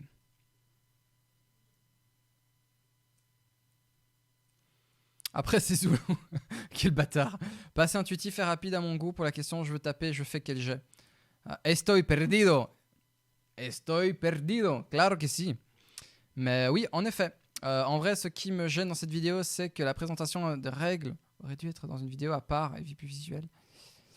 Pas d'être en live à cette partie. Le live devient intéressant à partir de la présentation des personnages et du contexte scénaristique du JDR. Et si vous voulez, on se casse. Hein, on va vers. On arrête ça. On en a pour combien de temps avant les personnages? On en a pour moins de 2 minutes. On en a pour moins de 2 minutes. C'est pas Zéro. grave. J'ai En dessous de reçu la perception, carte. tu as vigilance et tu as Regarde, 3 là, dedans. ta perception. Bleu et T'as Ouais. 4 en perception et en vigilance, t'as 2. Ouais. Donc, tu prends un dé rouge. C'est le rose, en fait. Ouais, Ah, ouais, je suis Ouais, désolé, j'avais pas de rouge. Et un dé jaune. Voilà. Ok. Donc voilà. Donc là, c'est bon. Et ensuite, vous allez prendre le dé de bonus, qui va généralement être votre équipement ou quoi. Ouais. À moins que vous utilisiez votre dague pour mieux voir, ce qui ne... Arrête pas, ça reste intéressant. Zoulou, le mec qui dans une vidéo de Gastrono Geek cherche de l'eau dans des placards alors qu'il a un robinet devant lui. 2 minutes, donc fois temps de commentaires égale 45 minutes. On est bon. Eh yes, exactement. Eh, soyez gentils avec moi, d'accord? Ce que je fais là, c'est pour tous les gens qui sont fans de jeux de société, jeux de rôle, jeux de plateau et qui veulent en apprendre plus sur l'univers des game designers, à ce niveau-là. D'accord? Si ça vous intéresse pas, je retourne faire du Genshin Impact, ok? J'aurais pas fait ça alors. J'ai pas râlé, c'est intéressant. Non, t'inquiète, j'ai dit ça en rigolant. T'inquiète. J'espère en tout cas. J'espère que c'est pas trop chiant. J'espère vraiment dans le chat que vous êtes pas trop tué par tout ça. J'espère que ça vous intéresse en vrai. Vraiment. Marche pas. Votre dé de bonus dans ce cas-là sera à 0 et donc sera bleu. Après, tuer les gens pour voir ce qui se passe derrière, ça peut marcher en termes de vigilance. Toujours debout. La C'est pas ce que je banane. Commence pas. Ok. Et donc vous finissez avec 3 dés, vous les lancez. Et là, la logique, elle est simple. Si vous avez plus de faces blanches que de faces noires, vous réussissez. Si vous avez plus de faces noires que de faces blanches, vous échouez. Si vous n'avez que des faces blanches, vous faites une réussite critique. Ok, ça c'est très simple. Vous jetez des dés. Si vous avez que un résultat X ou plus, c'est une réussite. Pardon, j'ai eu un... Ouh. Pardon, excusez-moi, j'ai eu une pointe là. Plot twist, il arrive avec un gros brownies au milieu de la vidéo. Il est où Norman? Arrêtez tout de suite. Mais ok, ça va. Si vous n'avez que des faces noires, vous faites un échec critique. Allez, Max. Petit fumble. Pourquoi les faces noires, ce sont des échecs critiques? Est-ce que quelqu'un peut m'expliquer pourquoi les faces blanches, c'est des réussites et les faces noires, c'est des échecs? Pourquoi? Je vous le demande. Et oui, on va rentrer dans une discussion que vous voulez pas entendre. Là, Alors, par exemple, j'ai un échec. Car Oh. j'ai 2 faces noires et une face blanche. Ouais. Du coup, les bonus Ah oui, d'accord, avec ok. quoi? Les bonus, vous les prenez sur le 3e dé et c'est moi, au fur et à mesure, en fait, en fonction du texte, je vous précise de quoi vous aurez besoin. Oui, il précisera au fur et à mesure. T'inquiète Newkman, je sais bien. Il y a beaucoup de... C'est comme en musique, c'est comme en piano, etc. Du coup, il parle de gommettes, de couleurs, un coup. C'est des faces. C'est tellement pas intuitif, sa manière d'expliquer. Oui, mais Frags, bah, c'est un code couleur qui est comme ça depuis toujours, comme le vert et le rouge. Oui, je sais, là. Je suis là, j'écoute, mais j'ai un gros tac qui m'empêche de bouger. C'est pas gentil pour ton copain ou ta copine, Velux. Mais oui, je sais, vous inquiétez pas. Je sais. Les codes couleurs, notamment dans la fantasy, dans les jeux, etc., c'est des codes qui sont très très forts, ancrés, de nouveaux, culturels, etc. Dans tous les cas, je Essayons vous guiderai. Dans tous les cas, d'accélérer je vous de guiderai. ouf. Et c'est tout ce qu'il faut savoir pour ce qui est des lancers de dés. Ok. Si vous avez besoin de précision, si j'étais trop vite ou quoi, il y a le point d'exclamation rules, règles, ou enfin je sais plus, enfin il y a point d'exclamation règles dans le chat qui vous donnera un Google Doc avec toutes les règles expliquées en textuel. Enfin, Ça, ce que je c'est viens bien d'expliquer. joué. Pour le reste, je vous propose de lancer la session. On va donc se faire un petit teaser générique, tout ça, avec le titre du scénario que mes joueurs vont découvrir. Et on se retrouve après en partie. À tout de suite. Ok, on rentre dans le Intro. cœur du sujet. C'est pas ça. C'est pas celui-là. C'est le mais, générique d'hier. Yes, c'est la loupe. Non, générique. C'est pas ça. Générique.mp4. Yes.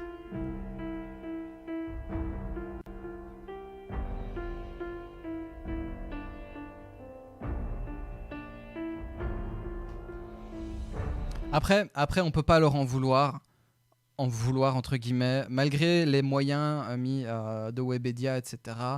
Les erreurs, les problèmes de live, ça arrive à tout le monde. Il y a qu'à regarder. J'avais pas compris.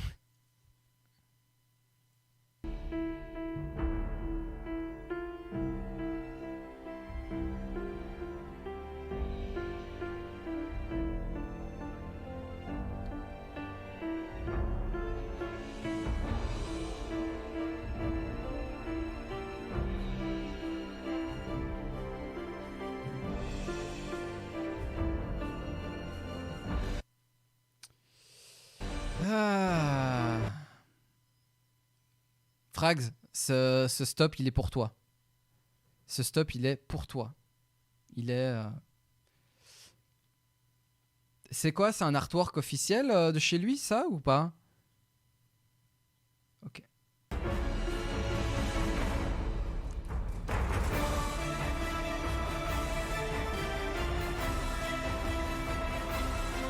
Les griffes de la nuit.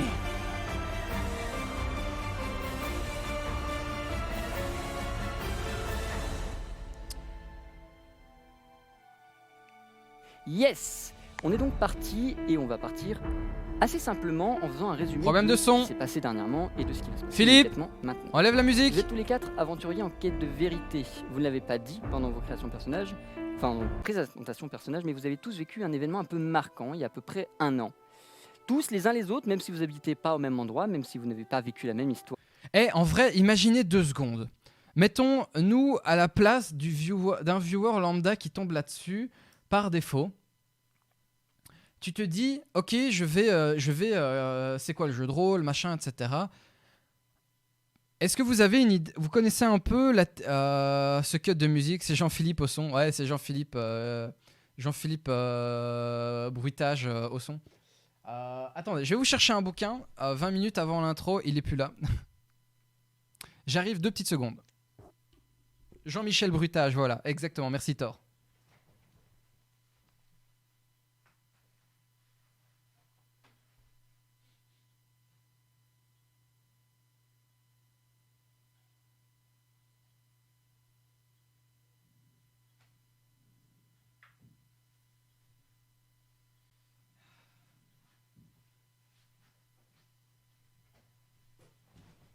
Bon, il y a un bouquin qui a disparu, ça fait... J'ai un livre qui est extrêmement... Ah. Ok, je l'ai ici.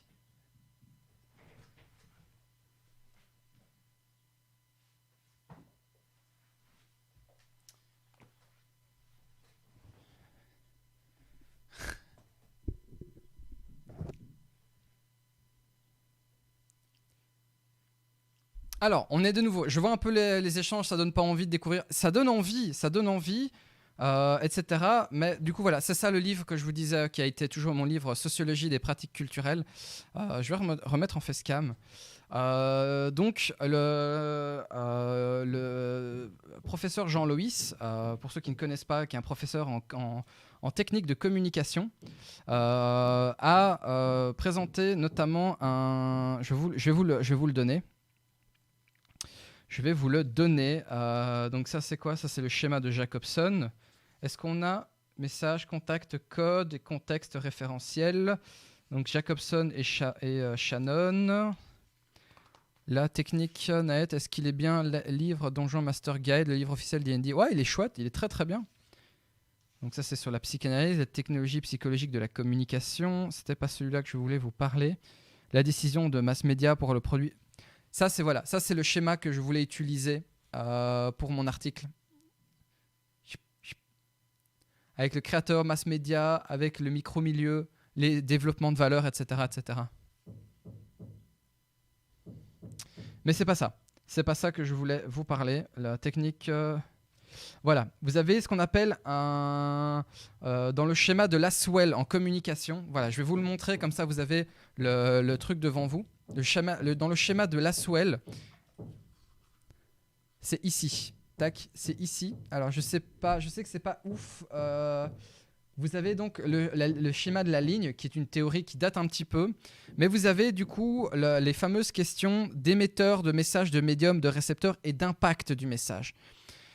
Quand vous voulez transmettre le jeu de rôle à quelqu'un, vous êtes émetteur de cette culture, de ce développement, etc. Le message est « faites du jeu de rôle ». Le médium utilisé, en l'occurrence ici, c'est celui du live actual play pour utiliser donc cette méthode, ce prisme de communication de médium vers des personnes qu'on appelle donc les récepteurs, à savoir les viewers, pour avoir un impact qui est de vouloir jouer au jeu de rôle. Donc ça, c'est le schéma de Lasswell. Je me demandais si c'était bien à offrir. Oui, je trouve intéressant, bien monté pour guider du débutant. Oui, le Dungeon Master Guide est excellent. Sur base donc du control analysis, donc du schéma de Lasswell, qui est en communication une des premières théories, on va dire ça comme ça. On a aussi Schramm qui développe en fait la théorie de la réversibilité. C'est-à-dire qu'on a aussi un paramètre qui rentre en ligne de compte, c'est ce qu'on appelle le bruit. Alors le bruit, c'est quoi? J'ai reçu aujourd'hui, donc je vais découvrir le Dungeon Master Guide. Dans ce schéma donc, de Lasswell, entre chaque entre chaque émetteur, donc l'émetteur, le récepteur et l'impact, il y a ce qu'on appelle le bruit. Le bruit, c'est quoi le bruit? C'est tout ce qui va détériorer la communication d'un point A à un point B. Je vous donne un exemple. Vous vous rappelez quand, durant la Seconde Guerre mondiale, il y avait donc le canal d'utilisation. Trop bien, tu rafraîchis mes cours de bac. J'ai reçu aujourd'hui donc le bruit, c'est quoi? C'est ton voisin du dessous. Oui, les interférences. Exactement. Quand vous parliez, quand les gens parlaient à la radio, alors je n'ai pas ici évidemment le voice mode qui me permettrait de faire quelque chose de très comique, mais il y avait un côté, il y avait du gain, il y avait des interférences, etc. Et de l'autre côté, le gars entendait pas très bien ce que le gars disait et demandait de répéter, etc. Imaginez-vous dans la communication, dans la transmission de votre message, que toutes ces choses-là, ce sont les problèmes techniques, les problèmes logistiques, les problèmes... Coucou Nétharion, hello les enfants, salut Ella, j'espère que tu vas bien. Tout ça, en fait, ce sont les soucis, les sources de bruit qu'on appelle les sources de bruit techniques et les sources de bruit sémantiques. C'est-à-dire que quand tu veux faire un actual play et que tu as une suite monstrueuse de problèmes techniques, etc., tu réduis l'impact, le bruit que tu as de ton message, qui est de vouloir faire du jeu de rôle, va détacher et va désamorcer l'intérêt chez beaucoup de gens. C'est la raison pour laquelle, quand on communique avec quelqu'un, il ne faut pas que l'émetteur et le récepteur soient sur des valeurs sémantiques différentes et que les choses soient bien expliquées, ce qu'on appelle notamment l'assertivité, pour la mise en avant de faits élémentaires et de faits qui sont avérés, etc., etc. Et le chat, c'est un bruit technique ou sémantique? Le chat, c'est un bruit, c'est un autre type de bruit. C'est les deux. C'est les deux parce que la théorie qui est ici date d'il y a très longtemps, dans une période où il n'y avait pas encore de stream.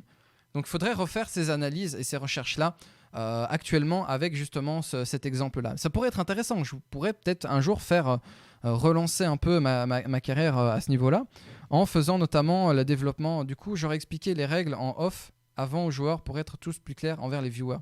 Exactement.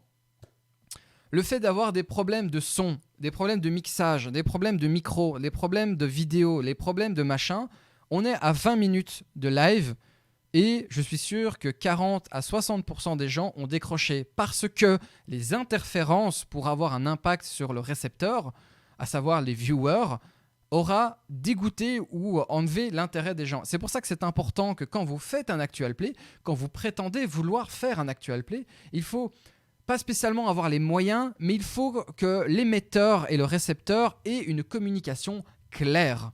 Et quand je dis l'émetteur, le récepteur, c'est le projet d'actual play vers les viewers. Il faut qu'il y ait le canal. En fait, on est surtout en face d'une grosse entreprise de ces morts, pas d'un mec indé qui bosse tout seul. Même si tu les répètes en live. Exactement.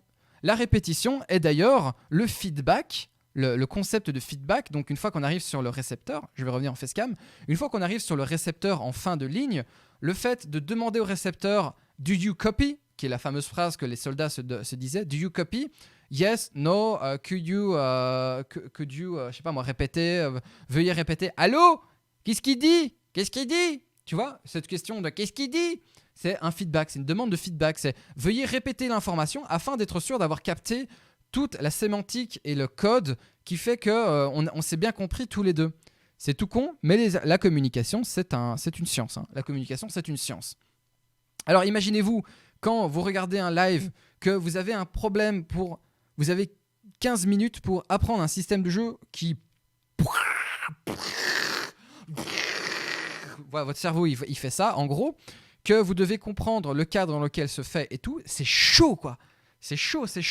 Et ce n'est pas la faute d'Ezekiel, ce n'est pas la faute de Webedia, c'est juste que tous ces paramètres-là, les paramètres du live, on est 32, la communication s'appelait. On dirait que l'ensemble des mises en place à ce niveau-là ont fait qu'il y a peut-être pas du dégoût, mais en tout cas, il y a un désintérêt. Ça empêche l'impact, qui est sa fameuse fin de ligne, l'impact d'avoir l'effet attendu. Voilà, ça c'est un peu la chose que l'on peut souligner. La communication est une science. Si tu savais, comme j'aimerais que mon milieu professionnel entende et comprenne ça. Mais tu sais, pour moi, la sociologie, en fait, tous les domaines même le jeu, la ludologie est une science. Et vous savez pourquoi ça va devenir quelque chose de plus répandu? Parce qu'il y a du pognon à se faire dessus. Et là, de nouveau, on mélange économie, politique et science. Bref, c'est le même principe dans la science de la communication commerciale. Donc, si j'ai bien compris, vous cherchez... Donc, si j'ai bien compris, vous cherchez un article de tel prix qui correspond à ceci, blablabla, et c'est bien ça.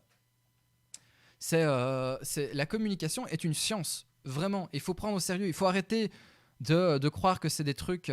pourquoi il y a du pognon à faire? Parce que maintenant, dans la ludologie, surtout dans un domaine... Ouf, alors... Vous prenez quelque chose à boire. Allez vous prendre quelque chose à boire. On va aborder un sujet qui... Ouah.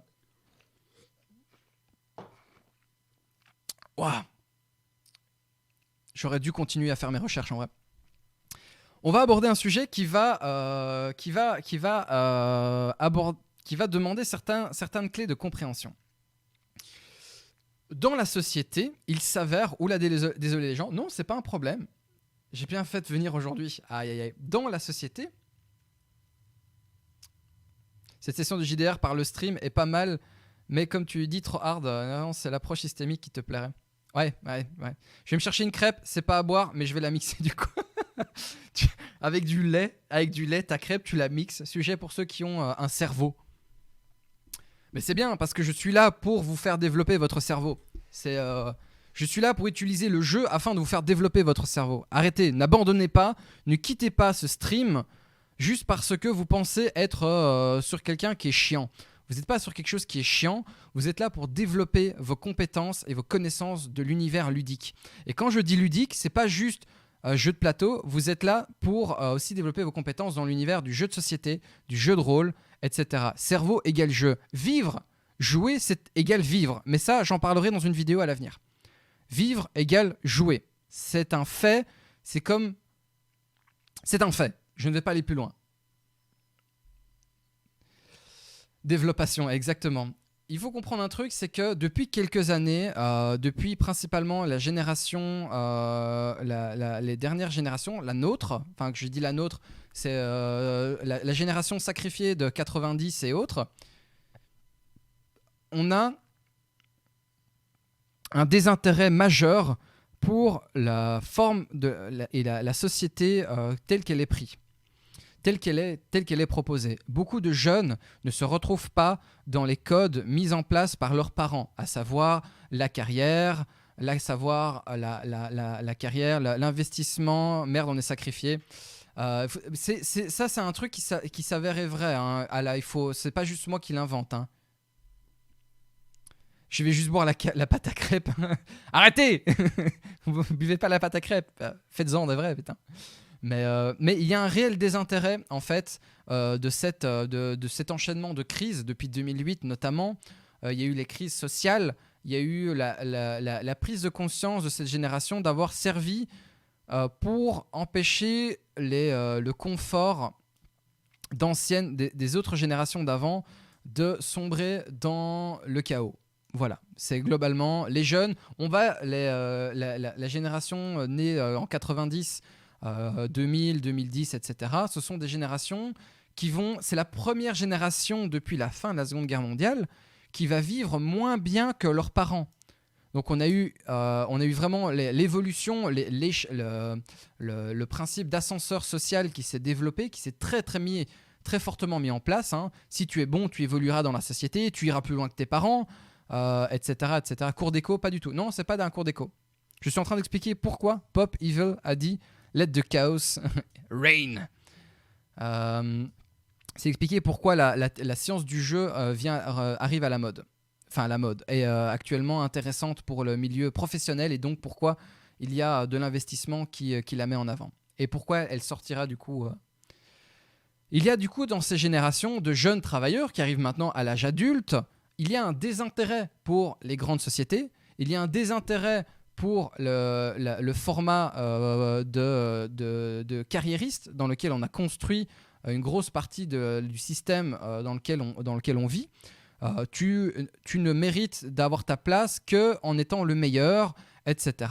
Il y a le do-it-yourself, il y a plein de façons de penser, etc. Mais ces générations-là ne veulent plus de ce système-là.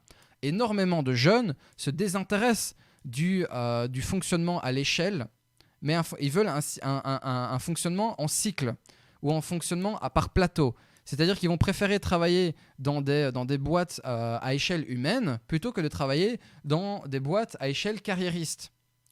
Et ces grandes sociétés-là se retrouvent avec un manque à gagner énorme. Enfant des années 90, aujourd'hui j'ai un SMIC, c'est un luxe parmi mes proches. Mais oui, c'est une réalité. Hein. C'est une réalité. Les jeunes comme, je veux dire comme moi je vais avoir 30 ans en 2021. Les gens qui sont nés en 90, 91 jusque 2000 et plus, on est la première génération qui allons vivre, entre guillemets, moins bien que nos aïeux, que nos parents ou que les gens avant nous. Et c'est une grosse frustration chez les jeunes qui, de plus en plus, se rendent compte que ce système ne fonctionne pas. Et se désintéressent, en fait, de cette chose-là. Et les boîtes, les grosses boîtes, se retrouvent avec un manque énorme de gens compétents. Et du coup, c'est la raison pour laquelle ils engagent à peu près tout et n'importe quoi. Alors que, étrangement, les attentes sont de plus en plus... Enfant de 85, je pleure avec tes dires. Non, il faut pas. C'est pas une comparaison. C'est pas une guerre c'est pas une guerre de génération. Attention, faut bien comprendre. Alors qu'étrangement, le niveau d'attente des diplômes est de plus en plus élevé. Le niveau d'investissement attendu par les jeunes est de plus en plus bas. Et du coup, ils se retrouvent à devoir avoir des postes absurdes pour faire des putains d'enveloppes, des postes pour faire des enveloppes, etc. Te demandent des bacs plus 3, des bacs plus 5, des masters et des trucs comme ça. C'est un problème énorme qu'il faut que les sociétés professionnelles essayent de résoudre. Et une de ces méthodes qui est arrivée, qui a fait ses preuves, qui fait énormément ses preuves, c'est ce qu'on appelle, je ne vous lis plus parce que je sais qu'il y a des pavés qui sont en train de s'échanger, il y a une méthode qui est très intéressante qu'on appelle la gamification.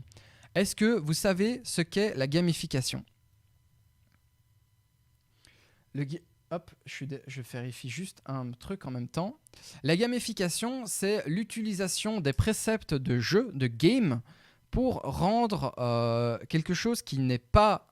Oh, je sens le truc venir. En gros, il faudra ludiciser la vie au travail en corpo. Exactement, Luckmaker. Yes, I know. Le problème social dont tu parles, c'est en France ou en général ? C'est en Europe, Fraxdish. C'est en Europe. Rendre le travail ludique, amusant. Arriver à rendre une tâche absurde... excusez-moi. Là, non.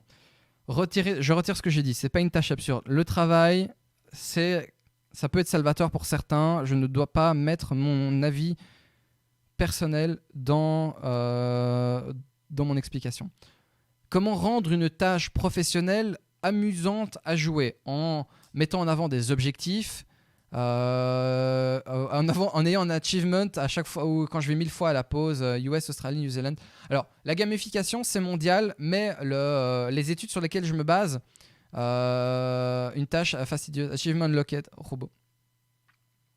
L'étude sur laquelle je me base, c'est une étude européenne, allemande, franco-allemande, qui a été rajoutée après avec, à l'époque, le Royaume-Uni, le Danemark, la Suède, la Finlande, il y a eu l'Italie, il y a eu l'Espagne, il y a eu l'Autriche, il y avait qui d'autre ? Il y a eu la Belgique, évidemment, le Luxembourg. Je crois qu'il n'y avait que la Hollande qui n'avait pas répondu à l'appel du colloque à ce niveau-là, je pense, je ne sais plus. Mais en tout cas, voilà.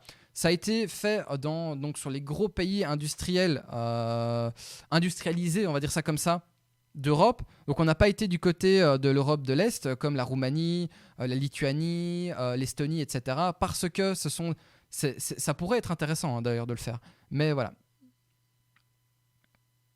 Qui a peur pour ses perspectives de carrière. Non, c'est pas. J'ai pas peur pour mes perspectives de carrière. C'est pas compliqué. Moi, avec le Covid, j'ai perdu mon taf. J'avais un taf génial. Je l'ai perdu parce que pourquoi engager quelqu'un alors qu'on peut demander à un autre de faire 2 fois plus de travail? Tu vois? Voilà, c'est pas compliqué. Bref, cette étude en fait a démontré que les anciens contrats coûtaient de plus en plus cher, étaient de plus en plus difficiles de s'en séparer et qu'il y avait un manque de motivation et de rupture communicationnelle intergénérationnelle entre les nouveaux entrants et ceux qui étaient sur le départ. La gamification permet la remotivation des anciens à continuer leur travail et surtout permet aux jeunes de trouver un intérêt au quotidien de travailler. Ton but, améliorer ton score. Exactement. Et ça va par l'utilisation des mécaniques de ah, regarde, t'as vu, t'as gagné 3% de part de marché, tu as vendu encore plus que ce que tu avais fait avant. Yes, bravo, petite récompense, que ce soit sous la forme financière, etc. Et il y a un mécanisme comme l'expérience notamment de Pavlov qui s'imbrique de si je reçois une récompense, c'est que c'est bon. Alors il y a d'autres gens aussi qui ont mis en place cette expérience, mais on utilise le jeu, le user experience, pour rendre la tâche professionnelle intéressante. Et ça passe par des petites applications, l'état d'esprit corpo, le corpo, tu vois. Qu'est-ce que c'est être corpo? C'est ah, mais on fait des soirées entre nous, non, mais c'est comme une famille, etc.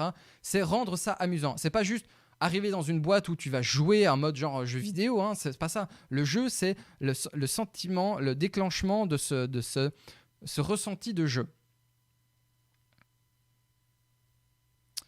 En quelque chose d'intéressant et d'engageant pour le joueur. Exactement. C'est notamment te dire ah, mais on fait des activités, on a tous les vendredis, on va boire un verre ensemble, tous les responsables de département sont obligés d'inviter leur équipe à aller manger tous les mois. On fait des activités ensemble, on pousse les gens à se rencontrer, voilà. C'est la responsabilité, la gamification, c'est rendre la société responsable de l'intérêt de ses employés à travailler pour eux. C'est ça le truc. Que ce soit de manière financière ou de manière humaine, c'est ça la gamification. Et ça fonctionne très bien. Des exemples, je vais dans votre boîte, je vous en trouve 100 dans la première journée. Dans la première journée, je vous en trouve une centaine, facilement. Parce que ça a pris une ampleur monstrueuse et ça a surtout apporté des résultats monstrueux. Oui, après, une fois que tu arrives à comprendre un peu tout ça, tu sais que c'est du blabla et que c'est juste pour arriver à te faire bosser sur ton, comme avant. Mais sauf que tu as l'illusion du choix. Rappelez-vous, c'est un sujet que j'aborde régulièrement en stream et surtout dans mes vidéos, l'illusion du choix. L'illusion du choix, la grande technique du maître de jeu. Hein. Et si on n'a plus de boîte, c'est plus dur. C'est ça qui est mon cas, notamment. Bref. Et les sociétés, les boîtes ont eu tellement de bons résultats là-dessus qu'ils ont décidé d'investir. Et du coup, la technique de la gamification et du coup les études du jeu dont elles dépendent gagne en Pacotra. Et s'appliquer partout Pacotra. Ah oui, je sais bien, Junior. Là, je parle juste sur le professionnel. Attention, on n'est pas... C'est juste une blue pill de faire ça, un truc chiant à faire et fondamentalement chiant, c'est se cacher la face d'être un PNJ matrixé et refusant ce perso. Je suis juste en train de vous parler... Par contre, Ikea a bien gamifié le montage de meubles. Exactement. Ikea a utilisé la gamification pour rendre le montage du meuble intéressant et amusant. Il faut bien qu'on reste dans le sujet abordé. Hein. Le sujet abordé, c'est la gamification en milieu du travail. On n'est pas en train de parler d'autre chose. Il ne faut pas déborder parce qu'on a encore une vidéo à regarder derrière. Du coup, voilà. La gamification a gagné en ses jalons depuis maintenant à peu près 10-15 ans parce qu'elles permettent aux entreprises de garder leur chiffre d'affaires, leur personnel, d'avoir un intérêt pour le développement et du coup à jouer sur quand tu n'as plus de vis 27B, de jouer sur cette technique-là pour continuer à avoir un intérêt à développer. Les jeunes vont continuer à proposer des projets, etc., etc., etc. Avoir de la recherche et du développement en interne par le jeu, par le biais de les jeunes carriéristes vont rentrer en leur disant ah yes, si j'arrive à produire 20% en plus de mon équipe, je peux gagner une prime qui me permettra de blablabla. Bref, la gamification, elle est partout. Elle est partout. Et la gamification est une des branches vraiment très, très, très corporate, on va dire ça comme ça, de l'étude des jeux. Et c'est la raison pour laquelle l'étude des jeux au sens large, le game design, le gameplay, est de plus en plus étudié pour avoir des choses qui sont intéressantes. Il faut faire un donjon Ikea-like. C'est une très bonne idée. C'est une très, très bonne idée. Par exemple, l'assertivité, notamment, c'est aussi quelque chose qui vient du jeu, du domaine du jeu. L'assertivité. Je vous parlais, tu vois, vous voyez, tout à l'heure, on parlait du langage ludique. Eh ben, le langage ludique a permis à l'assertivité de naître, notamment. Mais bref, je vais fermer ma gueule. On continue. Alors. Vous êtes rentré dans une grotte. C'était, voilà, je me souviens, c'était tout ça pour vous dire que l'interférence, c'est ce qui, par exemple, ne donne pas envie aux gens de continuer à regarder le JDR qu'ils ont proposé. C'est la technique de communication et l'aspect interférence. Une grotte dans laquelle vous avez découvert des artefacts anciens. Alors, je vais recommencer. On va remettre depuis le début. Je suis vraiment désolé.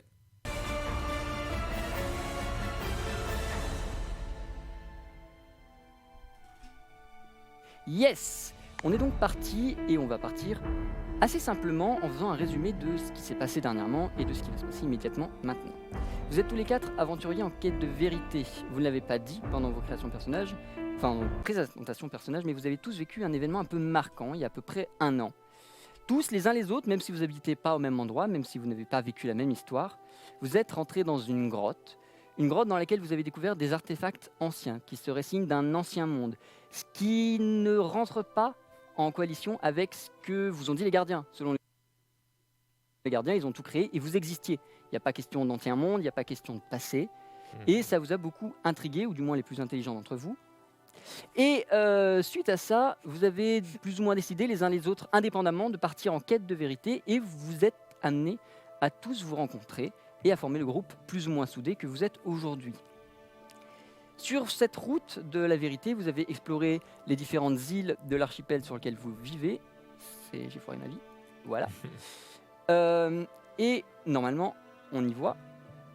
Alors, est-ce qu'on peut avoir le PC ?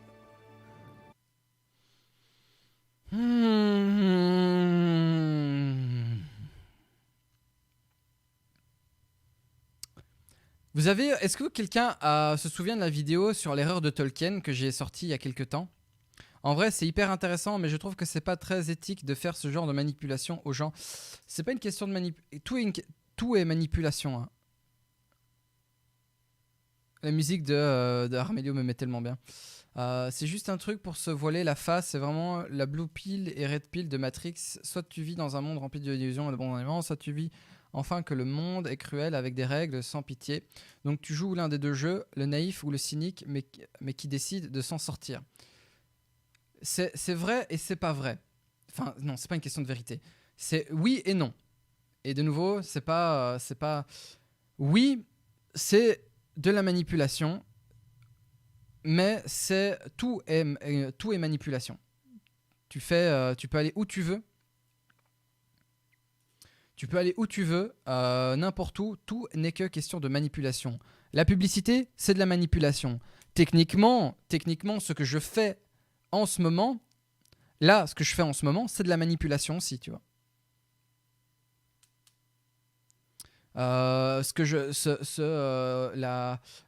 Demander quelque chose, oui, tout n'est que manipulation. La manipulation, elle est partout, à tous les niveaux, à toutes les fréquences. C'est juste que là, elle est réfléchie, elle est instrumentalisée, développée et mise en place pour obtenir quelque chose. C'est une question de choix, Katsumasa. Je lis ton commentaire et je connais un peu ton passif et ton histoire pour comprendre pourquoi tu dis ça. Le truc, c'est que il faut... Moi, je suis dans la position où je dois rester le plus neutre possible et ne pas dire si c'est bon ou si c'est mauvais. Ça existe, et pour moi, le plus important est que vous sachiez que ça existe. Toute communication est manipulation, tout peut influer l'opinion des receveurs, même si tu sais très fort que ce ne soit pas le cas. Exactement, Newkman, ça fait vraiment plaisir. Quoi, tu me manipules, tu m'instrumentalises? Non, je ne vous instrumentalise pas. Je ne vous instrumentalise pas. Ça, par contre, c'est une autre technique. L'instrumentalisation. Je ne vous instrumentalise pas. C'est une forme finalement, tout ce que je dis devrait être analysé aussi et être remis dans son contexte, tu vois. Cette notion de bien et de mal en communication est très occidentale. Exactement. Ça, c'est vrai aussi. Bref. Retournons à la question dont je voulais vous parler, qui est cette introduction. On va la regarder de nouveau. Je voudrais que vous preniez le temps de l'écouter.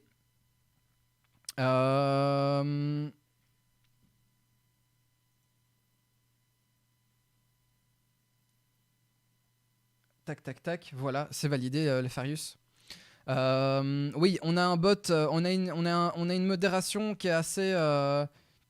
Si vous voulez exprimer quelque chose, essayez d'éviter le maximum les vulgarités. Comme ça, on n'est pas à valider vos messages à chaque fois. C'est pour éviter certains propos qu'on a eus par le passé de gens qui venaient en groupe insulter et tout. Bref, je voudrais qu'on prenne le temps d'écouter cette introduction et de voir si pour vous... Non, c'est pas un souci. Ne stress, ne stress, vraiment. Pour vous, qu'est-ce que vous en pensez de cette introduction? Est-ce qu'elle est bien? Elle n'est pas bien? Mais pourquoi? C'est ça qui m'intéresse. Est-ce que ça vous convient ou non? Alors, on va essayer d'omettre le bruit, le noise qu'il y a avec les soucis techniques. On va essayer de vraiment se focaliser sur... Désolé, mais parlons de cette map 5 minutes, s'il vous plaît. On en parle après de la map. Je veux d'abord, avant de parler de la map, je veux que l'on parle de la mise en place du settings. La mise en place du settings, c'est-à-dire le cadre global. Et après, très important. D'abord, on fait ça. C'est un poil cheapos, je trouve. Juste la parole. Oui, juste la manière dont les éléments sont amenés, la manière dont les choses ont été écrites. Et surtout, salut Fonfan. Hey, salut Fonfan, j'espère que tu vas bien. Ça fait longtemps, ça fait longtemps. J'espère que tu vas bien. Du coup, voilà. Non, le plus important, c'est écouter comment Ezekiel présente l'univers et comment il est mis en place par les joueurs. On relance, ça dure à peu près 1 minute, donc accrochez-vous. C'est parti. Ah, évidemment, mauvais écran. L'expression, exactement. La narration. Yes! On est donc parti et on va partir assez simplement en faisant un résumé de ce qui s'est passé dernièrement et de ce qui va se passer immédiatement maintenant. Vous êtes tous les 4 aventuriers en quête de vérité. Vous ne l'avez pas dit pendant vos créations de personnages, enfin présentation de personnages, mais vous avez tous vécu un événement un peu marquant il y a à peu près 1 an. Tous les uns les autres, même si vous n'habitez pas au même endroit. Même... Alors, là déjà, là moi, j'ai déjà décroché. Est-ce que quelqu'un peut me dire de quoi ça parle? Est-ce que quelqu'un peut me dire...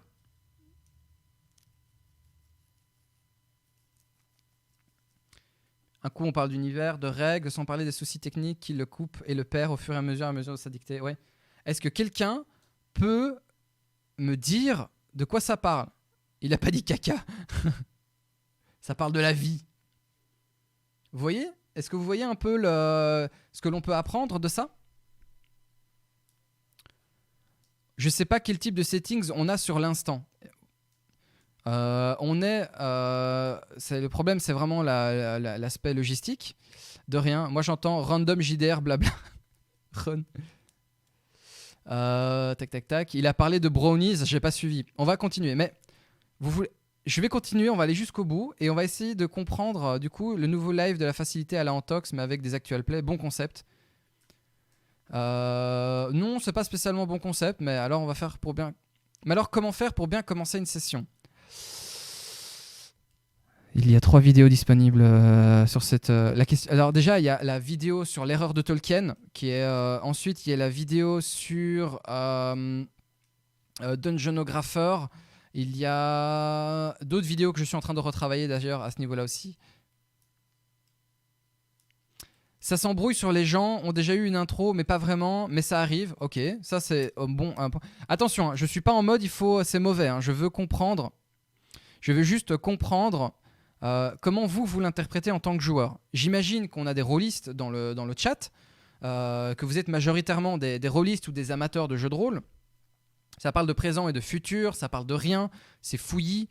Il dit qu'il va commencer pour l'instant, etc. Désolé, je suis nouveau, j'ai pas regardé toutes les vidéos. Pas de souci, Thor, c'est pas un problème. Je fais beaucoup de vidéos, c'est vraiment aucun souci. C'est pas une critique. Faut savoir un truc, c'est que moi je ne suis jamais dans la critique. Je veux toujours que ce soit constructif. J'essaye que ce soit le plus constructif possible. Toujours taquin, jamais moqueur, si tu vois ce que je veux dire. On va essayer de relancer tout ça. Vous êtes dur, ça parle de rien. Il a commencé il y a 20 secondes. Aïe, aïe, aïe. Vous êtes prêts? On va essayer de reprendre encore une fois et on va essayer de vraiment aller à l'essence même.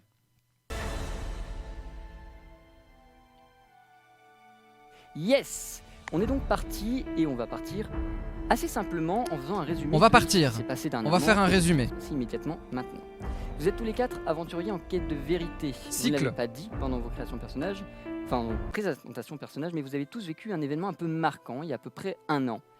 Tous les uns les autres, même si vous n'habitez pas au même endroit, même si vous n'avez pas vécu la même histoire, vous êtes rentrés dans une grotte dans laquelle vous avez découvert des artefacts anciens qui seraient signes d'un ancien monde, ce qui ne rentre pas en coalition avec ce que vous ont dit les gardiens. Selon les gardiens, ils ont tout créé et vous existiez. Il n'y a pas question d'ancien monde, il n'y a pas question de passé.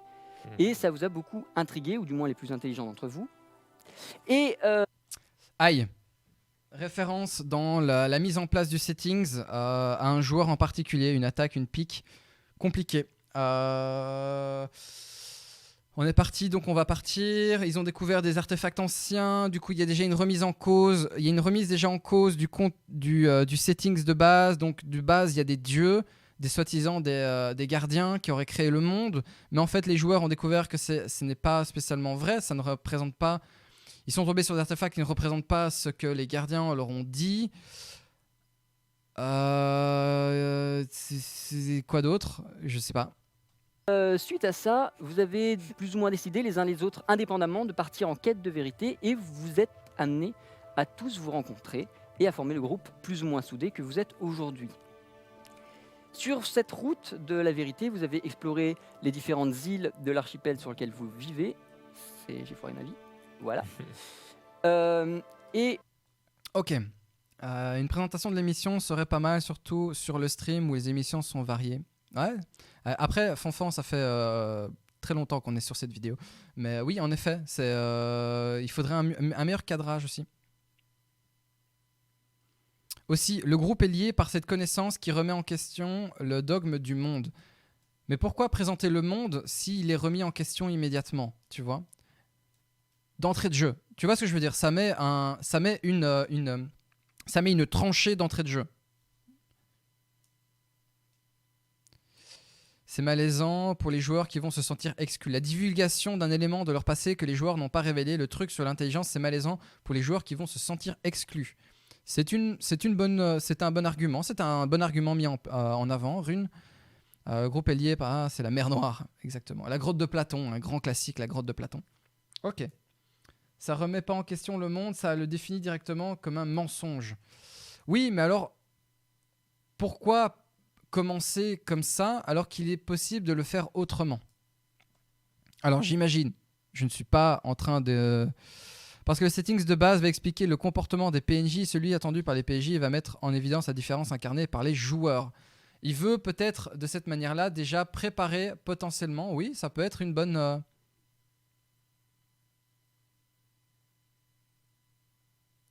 ça parle d'un truc huge qui remet en question l'existence des personnages joueurs, mais on s'en fout parce qu'on ne sait pas parce qu'on sait pas, c'est la version officielle, aucun attachement à l'univers encore. Il n'y a pas encore d'univers de base et on est déjà dans la remise en question de cet univers. Ça aussi, c'est un bon élément qui est mis en avant. J'ai l'impression qu'il est vraiment stressé. Ça aussi, c'est possible aussi, un Raid. Il est peut-être extrêmement stressé, hein, Ezekiel.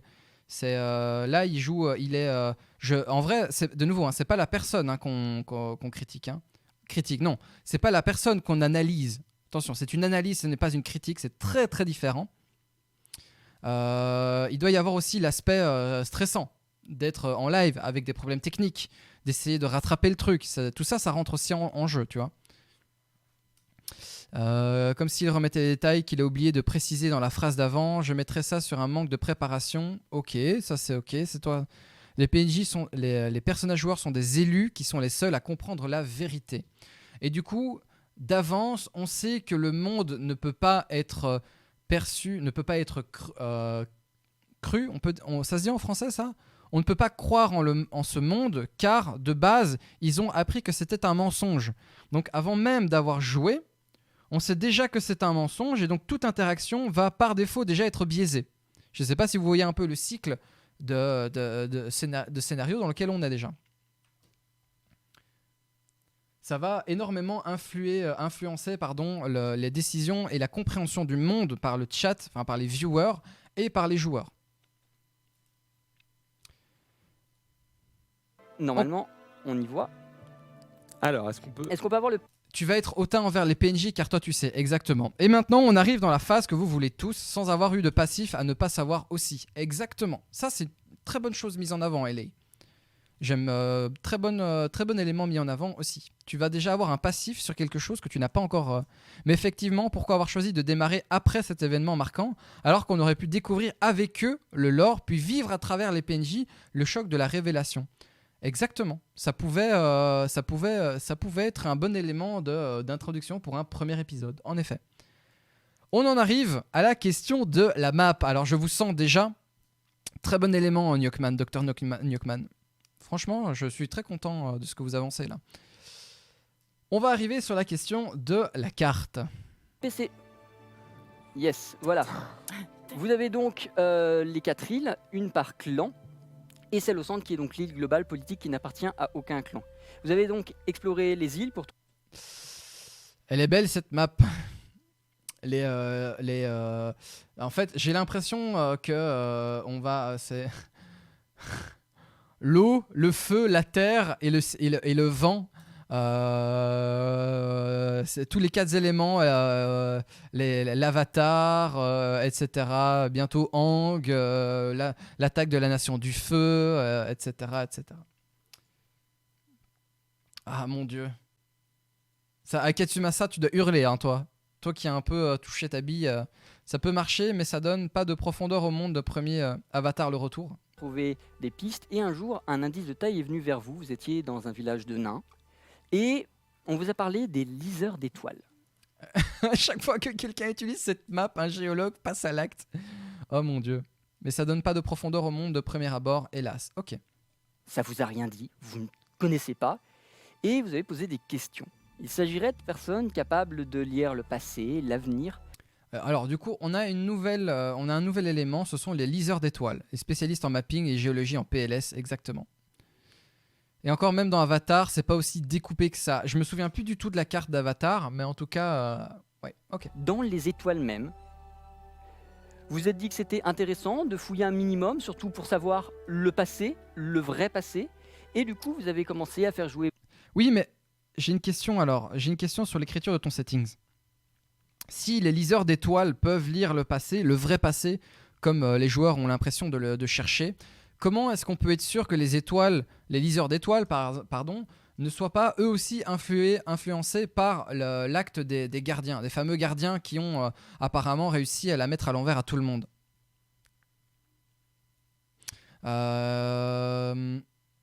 Tu vois, c'est